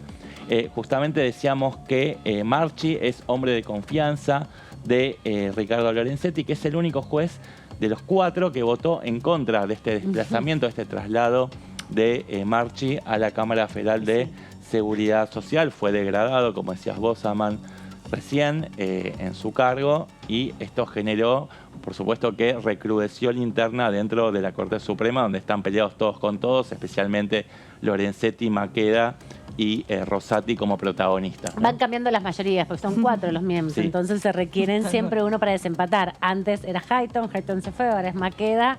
Bueno, si se pelean con Maqueda va a quedar otra vez difícil. Sí, y un elemento que se suma como para sumar al contexto general es que en la plaquita anterior lo tenemos días atrás, si no lo tengo acá. Ahí está, mira. Ahí está. Días atrás, en un viejo pleito que lo enfrenta con Elisa Carrió, ahí está, el ahora exsecretario de Administración, o sea, Marchi, había recusado a los otros 3 supremos, y entonces ahora se habla de esta vendetta, ¿no? Donde es que la Corte Suprema tiene que entender en esa disputa legal que tiene con Carrió, entonces dice cómo van a entender en algo que ustedes están involucrados. Claro.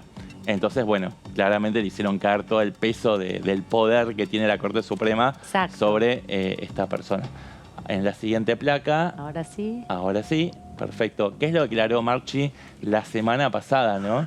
Bueno, una persona que se plantó claramente en la comisión y con lengua suelta empezó a apuntar para todos lados. Dijo, por ejemplo... identificó a Juan Carlos Maqueda como el encargado de la obra social y habló de un directorio unipersonal integrado por Eduardo Tonón. A decir verdad, hubo una serie de idas y vueltas. Al principio había también un representante por parte de otro de los jueces, pero finalmente Maqueda terminó digitando la cuestión para que quedara solamente Tonón a cargo de la obra social. Porque Eduardo Tonón entiendo que es médico, entonces es el director médico el que llevaba también adelante la administración de los recursos, y eso es un poco lo que se cuestiona también, ¿no? Sí, lo que proponía en la última audiencia Marchi era que también se incorporara la figura de un abogado que entendiera sobre cuestiones legales y también un contador para poner un poco en caja y en orden ese desastre a nivel contable. Son 100.000 afiliados, es un recurso importante. No tiene clínicas propias, ningún servicio propio. La obra social está todo tercerizado. Entonces, en definitiva, también ahí hay que administrar, y lo estaba haciendo un médico que tiene una responsabilidad sobre los procedimientos, ¿no? Y los protocolos y la actividad propiamente dicha de la medicina. Pero hay otra dimensión que es legal administrativa, porque además es una obra social que está por fuera de la ley de obras sociales, que también tiene una característica particular. Y otra característica particular de esta obra social es que tiene muchos recursos porque por lo menos desde la llegada de Lorenzetti se aplicó una política de sueldos altos y eso se traslada automáticamente al nivel de aportes a la seguridad social. Porque es un descuento automático. Sí, se hace de ingentes recursos y que después Nadie es sabe difícil todavía manejarlo. cuánta plata es la que ingresó hasta ahora la obra social. No, pero en el Marchi periodo hizo un analizado. cálculo, lo vamos a ver creo que en la siguiente placa, pero él decía que se perdieron algo así como 3.000 millones de pesos solamente por el hecho de que todo el remanente de recursos de parte de la obra social no era puesto en plazos fijos y con eso se perdió alrededor de 3.000 millones de pesos, es una barbaridad. Sí, con solo ese movimiento. Imaginemos de qué montos estábamos hablando, Ahí ¿no? recién mencionaba, Seba, el enfrentamiento que hay entre Marchi y la coalición cívica. Marchi, alguien cercano a Lorenzetti, y justamente la coalición cívica, el pedido de juicio político lo hizo solamente hacia Ricardo Lorenzetti, no hacia el resto de los integrantes de la Corte Suprema, ¿no? Sí. Sí, y desde el oficialismo lo que plantean en definitiva en relación a esto es que todos, por el propio rol que tiene la Corte Suprema en el ordenamiento institucional argentino, tienen una obligación de vigilancia sobre los recursos de la obra social, en este caso, en este causal en particular, que si bien Maqueda tenía una cierta responsabilidad, o en su momento tenía más responsabilidad de Lorenzetti porque era el presidente de la Corte, ninguno de los miembros de la Corte Suprema estaban exentos de control, que es parte de las responsabilidades que se asumen cuando son nombrados en ese rol, que requiere un acuerdo del Senado y un acuerdo del Ejecutivo. Es un rol muy particular el de juez de la Corte Suprema. Por eso ahí también hay una vigilancia sobre recursos que son públicos, porque esa plata es plata que se administra de lo que el presupuesto de esta Cámara aprueba respecto al monto de dinero que tiene que administrar la Corte Suprema de Justicia para el Poder Judicial, ¿no? Entonces, no hay un volumen real, por eso yo decía, de cuánto es el dinero que se manejó o que se maneja en la obra social. No hay registro, eso no se sabe. Me quedé pensando en esto que decías vos recién de esta pulseada entre la coalición cívica y Lorenzetti y el equipo de trabajo de Lorenzetti y noté como en varias oportunidades Marchi desviaba, por ejemplo le estaba preguntando Leopoldo Morota, el ADE, desviaba y en lugar de preguntar, de mirar o de responderle a la persona que le había preguntado, la miraba a Oliveto Lago y todo el tiempo trataba de aclararle que él no había sido supervisor de la obra social, sino que simplemente había tenido un rol de auditor a partir de determinado año, ¿no? Como desligándose de estas acusaciones que pesaban o que pesan todavía sobre él. ¿Te parece que veamos un fragmento de su presentación de esta semana aquí en la Comisión de Juicio Político? Héctor Daniel Marchi, secretario general administrador de la Corte Suprema hasta la semana pasada.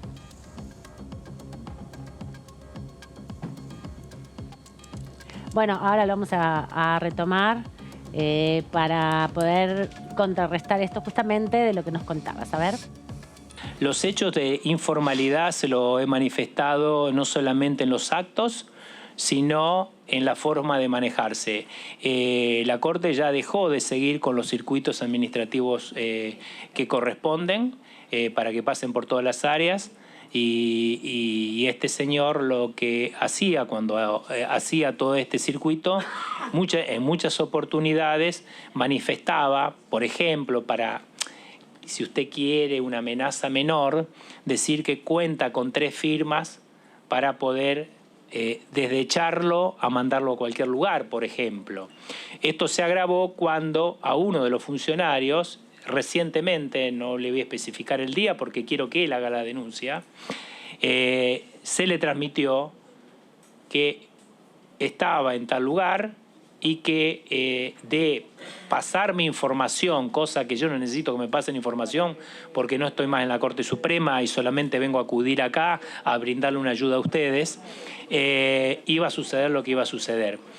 Estas cuestiones, más algunas otras que no tengo conocimiento directo, sino indirecto, a través de personas que me lo hacen llegar, como algún tipo de comunicación de que hoy no debía venir, ¿sí? Comunicación verbal de que no tenía que venir y demás. Bueno, son, si usted no la quiere llamar amenaza, le pongamos el nombre que quieran, pero no es una situación grata. No para mí, que estoy acostumbrado porque vengo de la política, con lo cual ese tipo de situaciones sé que un funcionario la debe soportar, sino por mi familia que se preocupa.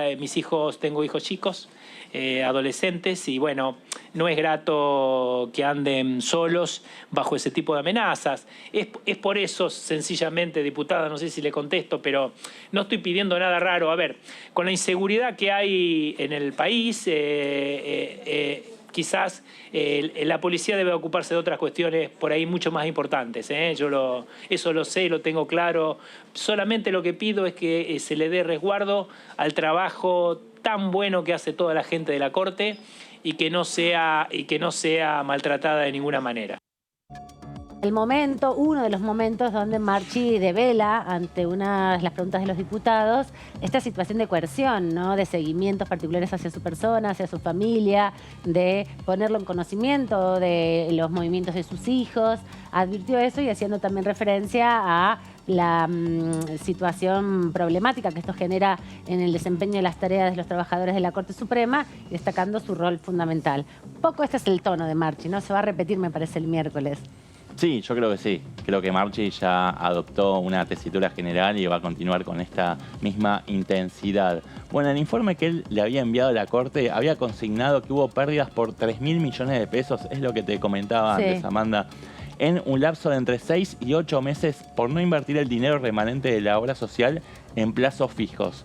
Por otro lado, ese remanente, decíamos, era abultado porque con la presidencia de Lorenzetti en la Corte se aplicó un criterio de salarial alto y eso redundó en nutridos aportes a la obra social y por eso, bueno, esto adquiere un mayor volumen y mayor gravedad son las consecuencias por la falta de administración de esos recursos, por justamente el volumen de esos recursos. Sí, justamente el tema relacionado con eso, con los remanentes, es parte de lo que también apunta justamente el enriquecimiento ilícito por parte de la coalición cívica. Parte de toda esta discusión que contábamos antes de ver el fragmento de su intervención, de la intervención de Marchi, tiene que ver con eso. La exdiputada, la diputada mandato cumplido, Lisa Carrió, denunció a Lorenzetti, lo viene denunciando hace años, llegaron en la instancia judicial y también a Marchi por ser parte de la administración de la Corte en ese contexto y como en sede judicial se desestimó la denuncia finalmente y se sobreseyó a todos los acusados porque no se comprobaron las denuncias, no había prueba para sostenerlo. Bueno, Marchi inició un proceso contra Elisa Carrió por calumniarlo, ¿no? Por decir que él era un ladrón, en definitiva, y eso llevó a que se diera esta situación de tanta tensión al interior de la Corte Suprema respecto a las denuncias de Marchi. Sí, después el proyecto volvió a ser presentado por Paula Oliveto Lago, esta denuncia, y por eso Marchi en reiteradas ocasiones se dirigía hacia ella para aclararle que él no había tenido nada que ver con la obra social. Exactamente. También tuvo un cruce con Juan López. Sí, también picante. Sí, en la reunión donde, bueno, hablaron de este tema de que vos antes contabas en la placa anterior, ¿no? Sí, lo que le planteaba y además dejó una suspicacia ahí respecto de que el diputado López habría participado de algunas reuniones en el cuarto piso de tribunales donde está la Corte Suprema. Dijo, yo no sé quién fue a verlo, pero nos cruzamos varias veces. Lo dejó un poco ahí en una situación incómoda a la cual López respondió, pero dejó ahí picando alguna situación un poco, digamos, no particular, ¿no? Que visite un diputado a la Corte Suprema es algo particular.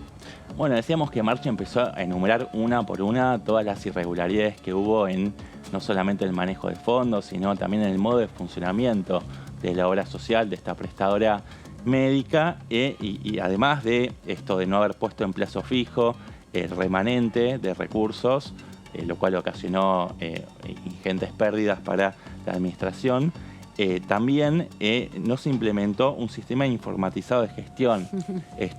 Hubo una falta de informatización y digitalización de autorizaciones médicas que llevaron a demoras e incumplimientos con afiliados. Y ahora en la siguiente placa vamos a ver que no se agotaron ahí los problemas. También la compra de medicamentos y prótesis se hacía por contratación directa y no a través de un proceso de licitación transparente. Y además esto en consonancia de también lo que se dijo en la auditoría, que la litigiosidad o las denuncias penales, digamos, o civiles que se fueron conociendo en los últimos años, había aumentado un 300% entre el 2008 y el 2021 de denuncias de los afiliados de que no les cumplían con las prestaciones que se habían comprometido, como por ejemplo la entrega de muletas o por ejemplo sillas de ruedas para la, digamos, dimensión más de asistencia, pero también intervenciones graves, ¿no? Intervenciones complejísimas que los propios familiares, los propios afiliados tuvieron que pagar por su cuenta y después los reintegros fueron muy difíciles de resolver. Sí, una situación a todas luces irregular que motivó decenas o centenares de denuncias que llevaron a esta auditoría, esta investigación sobre estas anomalías en el manejo de la obra social. Bueno, también un aspecto que resaltó muy enfáticamente Marchi es que no hay registración contable en la obra social, no habían balances contables, nadie los presentaba, no había controles de ingresos ni de pagos, habían problemas con el stock de medicamentos, sobre todo faltantes, y muchas veces no es que habían faltantes, justamente habían los afiliados y afiliadas se acercaban a la farmacia, pedían por un medicamento que estaba, pero como no tenían forma de registrarlo, no se los entregaban porque justamente no tenían ningún tipo de... no había ningún tipo de registro de esos medicamentos. Y todo esto igual fue confirmado también por los auditores que participaron de la auditoría que se realizó en el año 2022. Por eso cuando Marchi viene y lo reafirma, tiene coincidencia, porque también había venido una médica legalista hace unas semanas atrás y la misma jornada que vino Marchi vino un contador y un abogado que participaron de la auditoría y dieron cuenta de que esto no era el invento de alguien, sino que estaba consignado en el informe que habían realizado. Sí. ¿No? Bueno, y otra de las situaciones que advirtió el informe firmado por Marchi es que no se les pagaban a los prestadores, los aranceles que correspondían justamente a esas prestaciones y terminaron suspendiéndose un montón de prestadores, lo cual redundó en una baja en la calidad del servicio que se les brindaba o que se les brinda todavía a los afiliados y afiliadas. Ese es otro problema que se agrega a esta lista que, como vemos, ya es muy numerosa. Y por último, advirtió sobre vacancias en cargos clave como el de subdirector administrativo, subdirector médico y otras áreas sensibles para el funcionamiento de la obra social. Por otra parte también, y por último, ya no los abrumo más, por favor. Se habían autorizaciones de tratamientos a personas cercanas a la conducción, mientras que se le denegaba ese mismo tratamiento a muchísimos afiliados y afiliadas. Y esto que decías vos, por último, de esta excesiva cantidad de juicios de litigiosidad, también por mala praxis. Sí, sin duda. Bueno, esto es un poco el escenario para que ustedes vayan retomando. Ya son más de 10 audiencias testimoniales que se vienen desarrollando. Más de 20 testigos han pasado ya por este juicio político, donde se intenta esclarecer ahora la situación de la obra social. Hasta hace 2 semanas estuvieron trabajando en torno a cómo se gestó y cómo se desarrolló y negoció también el fallo por el 2x1. Luego que terminen con obra social, quedan todavía por lo menos 2 causales más para investigar. Algunas otras se retomarán al final porque hubo que reprogramar testimoniales por problemas de agenda propio de los testigos, pero falta todavía coparticipación y consejo de la magistratura, que va a ser momentos también muy cargados de información para conocer cómo es que se fueron desarrollando estas actividades. Sí, sobre todo porque en lo que es, por ejemplo, la discusión por el Consejo de la Magistratura y la coparticipación, están vinculados también a chats que se filtraron entre el ex ministro de Seguridad porteño Marcelo D'Alessandro y Silvio Robles, esta figura que vuelve a aparecer, y como decíamos, si bien la intención es ver si lo pueden convocar como testigo, es difícil que se quiera presentar. Eso ahí preguntándole a algunos diputados y diputadas del oficialismo ya decían que ellos prevén que lo más probable es que no se presente cuando se lo convoque, así que... Hasta ahora tenemos 4 reticentes. Bueno, Aldo Tonón, que es el que dirige la obra social, el fiscal Stornelli, que también se amparó en sus fueros, ahí todavía está por definirse, el senador Torello también, y el otro es Maceo, un abogado de la matrícula, que desde el principio, después de que hayan empezado a testificar tanto el juez Ramos como el juez Ramos Padilla, se negó a venir para confirmar justamente una discusión en torno pública en redes sociales sobre la veracidad o no de los chats filtrados. Entonces todos ellos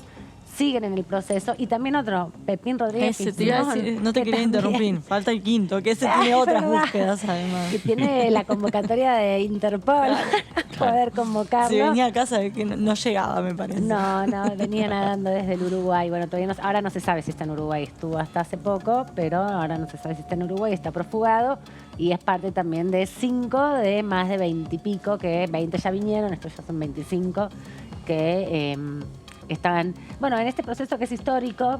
Se ha habido solamente 3 procesos de juicio político en la Argentina, todos a la Corte Suprema. Y se vienen los temas más políticos también, porque lo del Consejo de la Magistratura, lo de la coparticipación federal es algo que pone sobre la mesa la grieta bueno, ya. Y el azar quiso que coincidiera con las elecciones. Además, así que va a estar entretenido. Picante. No sé si el azar, lo pondría entre comillas. Bueno, no sé, lo dijo elegantemente. Acordate que había diputados del oficialismo incluso que querían que dure 2 meses. 3 meses, ¿te acordás? 3 meses. Ya pasó el tercer mes. Y todavía falta un montón. Y hoy, 28 de abril, bueno, ayer se hubiera cumplido, antes de ayer, el inicio del proceso de juicio político, porque las extraordinarias arrancaron el 25 de enero. Y la primera reunión fue el 26 para constituir la comisión. Lo que sucede con estos dos temas, también el de Consejo de Magistratura y coparticipación, que además de tener como protagonista a los miembros de la Corte Suprema de Justicia, tiene como protagonistas al frente de todos y a Juntos por el Cambio, cosa que no viene sucediendo con los demás temas, tanto lo de obra social, 2x1,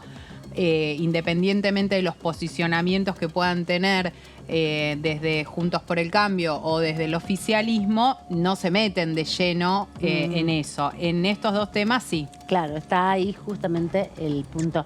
Hay otro tema que queremos conversar con ustedes y es un proyecto, ¿no?, que vos venís a contarnos, que vienen a presentar diputados del oficialismo. Así es, una iniciativa impulsada por el oficialista Eduardo Valdés. No sé si tenemos las preguntas para contar un poco de qué va esta iniciativa, que nos las contó cuando vino a visitarnos acá al piso. La última vez. Valdés, que este domingo presenta el libro Objetivo Cristina en la Feria del Libro, que también el martes estuvo por aquí contándonos las conclusiones de la Comisión de Juicio Político y le hicimos un poco de promoción. A las 7 de la tarde, la presentación del libro Objetivo Cristina, que es el que se presentó en el CCK el mes pasado. ¿Vas a ir a la presentación? Me llegó la invitación, pero no vas a poder ir. Sí. Yo voy a tratar de ir. Bueno, ayer empezó la Feria del Libro, todavía ayer no tuve empezó, tiempo. Yo sí me perdí a Martín Cohen, pero bueno, se lo puede revivir. Lo buscamos en YouTube. Sí. Bueno, ¿quieren que arranquemos con las placas? Vamos a hacer una cosa, vamos a escuchar justamente al diputado para que nos ponga en situación y después vos nos sintetizás en las placas de qué se trata este proyecto. Eduardo Valdés nos cuenta el proyecto para derogar leyes todavía vigentes de la última dictadura cívico-militar.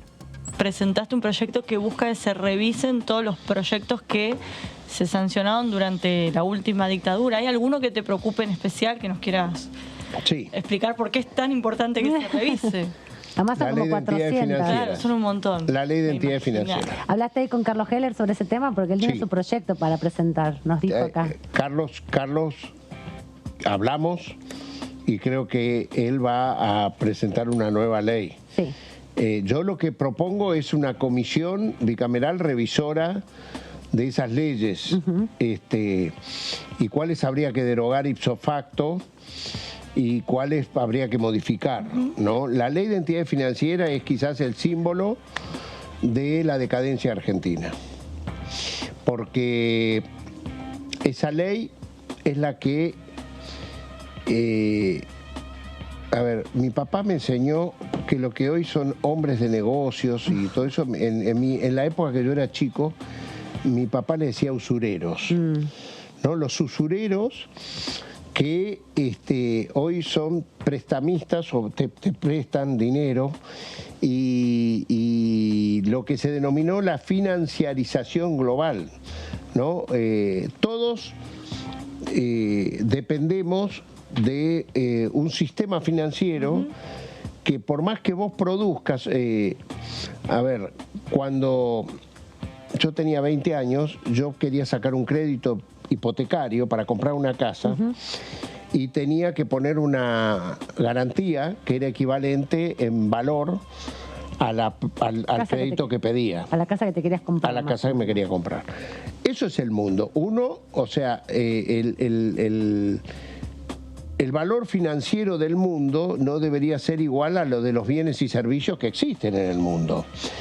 Entonces, todo el planeta Tierra valía 3 millones, pongámosle, valía 30, y porque era 30 lo que valía si vendíamos en términos individuales o colectivamente todo el valor. Ahora hoy con este invento que hay de burbujas financieras, los negocios financieros son 850 veces más que el valor de la Tierra, el planeta. Eso se llama entonces explotan esos bonos, esas mentiras que ahora están las monedas virtuales, ¿viste? Todo lo que no es real, que no son bienes tangibles, y se cae todo el mundo sin que nosotros hagamos nada. Yo me acuerdo, en épocas de Menem estaba el efecto tequila, o sea, algo falló en México y boom, volvíamos a empezar. Algo falló en Moscú, se llamaba efecto vodka, boom, reventó todo en Buenos Aires, se llamó efecto tango y también contaminamos al mundo. Bueno, contaminamos porque nos metimos en el negocio de la usura internacional. Y eso tiene mucho que ver por qué todos queremos derogar la ley de entidades financieras desde que empezó la democracia y no la pudimos hacer. Recordábamos este programa, no sabía si estábamos en el tape o estábamos acá, porque estábamos nosotros mismos también con Seba y con Debbie, y en vez de estar Gaby, estaba Valdés. Sí. En tu lugar estaba Valdés, efectivamente, contándonos este proyecto que busca derogar leyes. Un reemplazo. Mejor reemplazo, así que se ofende el diputado. No, como mejor. Le mandamos saludos. Obvio, lo bancamos fuerte. Bueno, esta iniciativa que se presentó obviamente en el marco de los 40 años de la vuelta de la democracia, ¿no? En la Argentina. A ver si tenemos las plaquitas para contar un poco de qué va. Dale, porque también estaba vinculado justamente al mes de la memoria, ¿no? Porque fue en marzo. Exactamente, fue en el mes de marzo que se presentó la iniciativa, que tiene como autor al diputado de aquí de la capital federal, vecino mío, Eduardo Valdés, que es sencillo.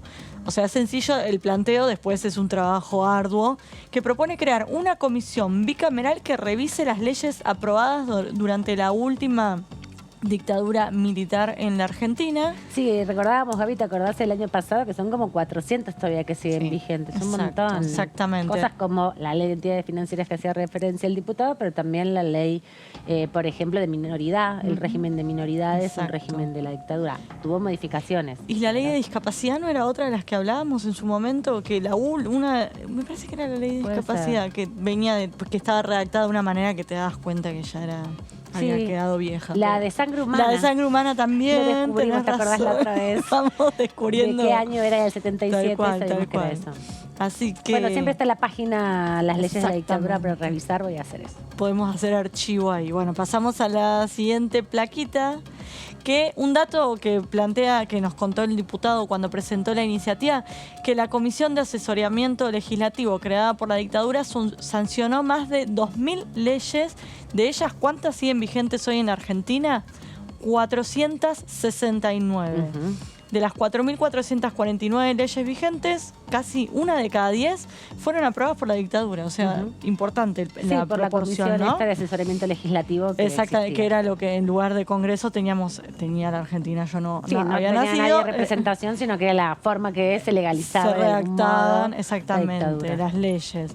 Entre ellas, ¿cuáles son las iniciativas que por ahí más resonancia tienen? La que comentabas vos, la ley de entidades financieras, la ley de inversiones extranjeras, la ley de expropiaciones y la que vos también comentabas, el régimen penal de minoridad. Exactamente. Estaba revisando las leyes de la dictadura.com.ar, que es una página súper interesante de recomendarles porque es el trabajo de colegas periodistas como nosotros que se tomaron el trabajo de hacer esa revisión de qué leyes estaban vigentes.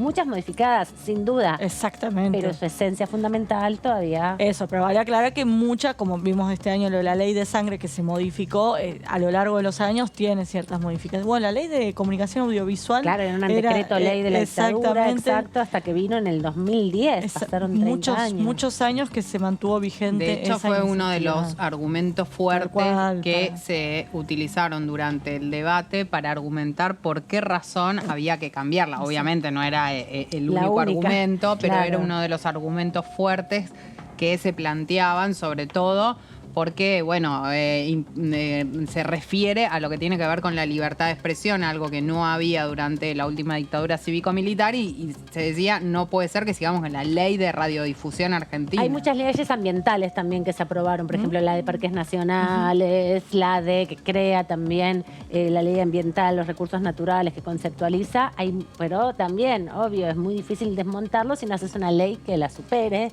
de alguna manera. Exactamente. Sí, la ley de inversiones extranjeras también fue creada en esa época, el código aduanero fue sancionado en la dictadura. Exacto, cosas fundamentales para la economía que a veces decimos, ¿cómo puede ser que no intervengan de esta forma? Es que son restrictivas esas leyes y conseguir mayorías para aprobarlas no es tan fácil. Exactamente, y por ahí pasa esto un poco la desidia, ¿no? El día a día también te lleva a que por eso hay se muchas plantea leyes que esta después fueron comisión. emparchadas a través de reformas Y van se fueron quedando, por adaptando, eso. pero bueno, la matriz sigue siendo una rémora de aquella época. Exactamente, la esencia, como decía Amanda. Y tenemos una plaquita más de este proyecto de ley que, ¿cómo sería esta comisión? Tendría un total de 20 miembros, una comisión bastante importante para ser bicameral, 10 de cada una de las cámaras, que serían designados por los presidentes de cada una de las cámaras a propuestas de cada bloque. Obviamente, como suele pasar en las comisiones, como pasa en las comisiones, lo que se garantizaría es la proporción de las representaciones políticas en cada una de las cámaras y un dato muy novedoso, no sé si hay otra comisión que lo establezca, que es la paridad de género. No hay ninguna que lo establezca por ley. No recuerdo ninguna otra comisión que tenga paridad de género. No, puede ser una resolución interna de la Cámara, plantear como se planteó más en su momento, pero tampoco está tan en los papeles. Esto quedaría en la ley que crea la bicameral, que sea con paridad de género. Y es importante porque lo que tienen que hacer por lo menos es un diagnóstico de cuáles son las leyes, las 400 y pico, qué afectación hay a la normativa vigente y discutir un poco también de 40 años de la democracia. Y leer los parches, y también los parches, muchas veces los parches son peores que la ley original, incluso. También, por ahí empezar de cero la ley, pero bueno, sería un trabajo de largo aliento y en este contexto, bueno, de tanto... Sí, pero el Congreso tiene como esa otra dimensión más investigativa, que por ahí saca un informe nada más para dar cuenta de algo, ¿no? Como hizo con Ara San Juan, como hizo con la AMIA, como hizo también... Sí, esas comisiones especiales que se crean para un tema puntual, pero bueno... Teníamos la de la hidrovía, ¿se acuerdan de esa comisión bicameral que quedó ahí por la mitad? Nunca se sancionó. Quedó bollando ahí. Sí, quedó bollando ahí. Sí, igual me hace más sentido en relación a esta que comparaba yo, por ejemplo, con la AMIA o con la de Lara San Juan, porque tienen un fin en sí mismo. La de la hidrovía es un seguimiento más constante, como la de la deuda externa, que por ahí no tiene tanta preeminencia en la vida cotidiana del Congreso, pero sí tiene una constante de vigilancia permanente. Estas son como finitas, tienen un tiempo. Claro, por eso son especiales. Resuelven un asunto, en este caso sería analizar las 400 leyes, ver cuáles habría que... Termina esa tarea y se cierra la comisión. Con un informe final y recomendación. Exactamente. Sí. Así que interesante esto porque se inscribe en los 40 años de democracia, aunque no parezca, estamos cumpliendo 40 años de democracia en este contexto electoral, digo, aunque no parezca porque está un poco velado a veces en el discurso cotidiano, ¿no? La importancia que tiene el periodo más largo de nuestra historia ininterrumpida de democracia, sobre todo con todas las tensiones políticas que hay. Mira, estoy leyendo en esta página que vos recomendaste, leyesdeladictadura.com.ar, que hubo una ley sancionada en 1979, la 21.950, que estableció que los arzobispos y obispos cobren un sueldo mensual equivalente al 80% de un juez nacional de primera instancia, ¿no?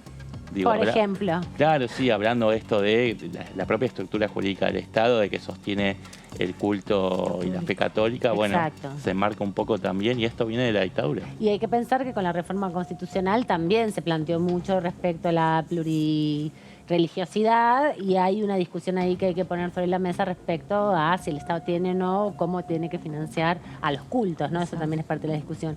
Pero bueno, quedó planteada. Los voy a invitar a la Feria del Libro, ¿les parece? Dale. Corremos un poquito porque está el stand del Congreso de la Nación y también hay otro en la Biblioteca del Congreso de la Nación en la Feria del Libro que se inauguró ayer, como les decíamos.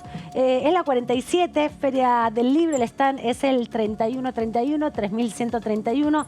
Obviamente está centrado, sin duda, en el recorrido por los 40 años de democracia. Hay stands, hay charlas, hay shows, hay recitales, también hay muchas conversaciones. De hecho, ayer, en la inauguración, la senadora Juliana Di Tulio también iba a presentar este módulo de los 40 años de la democracia, que se dio hace un ratito nada más en la Feria del Libro, porque bueno, ayer se inauguró y hoy ya se empieza a recorrer y circular. Es muy importante porque se pueden llevar publicaciones, pueden revisar las publicaciones que existen, que hace este Congreso de la Nación.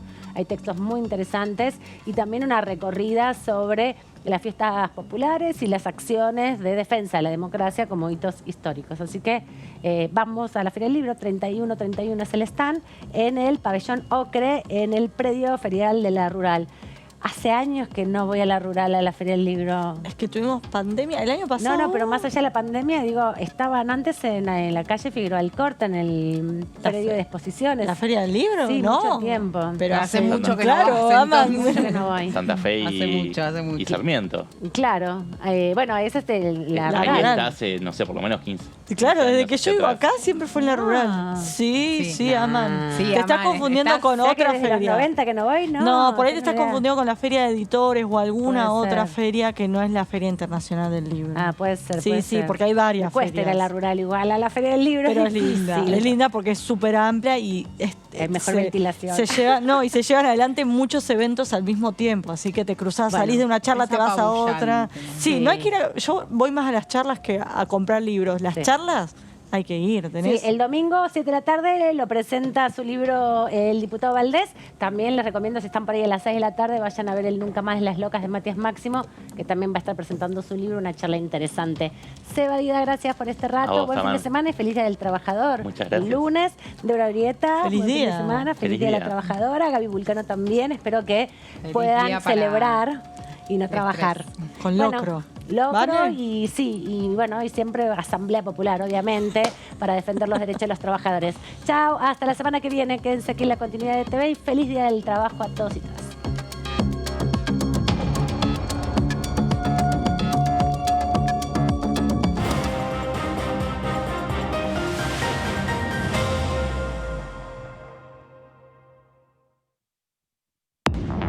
Hola, ¿cómo les va?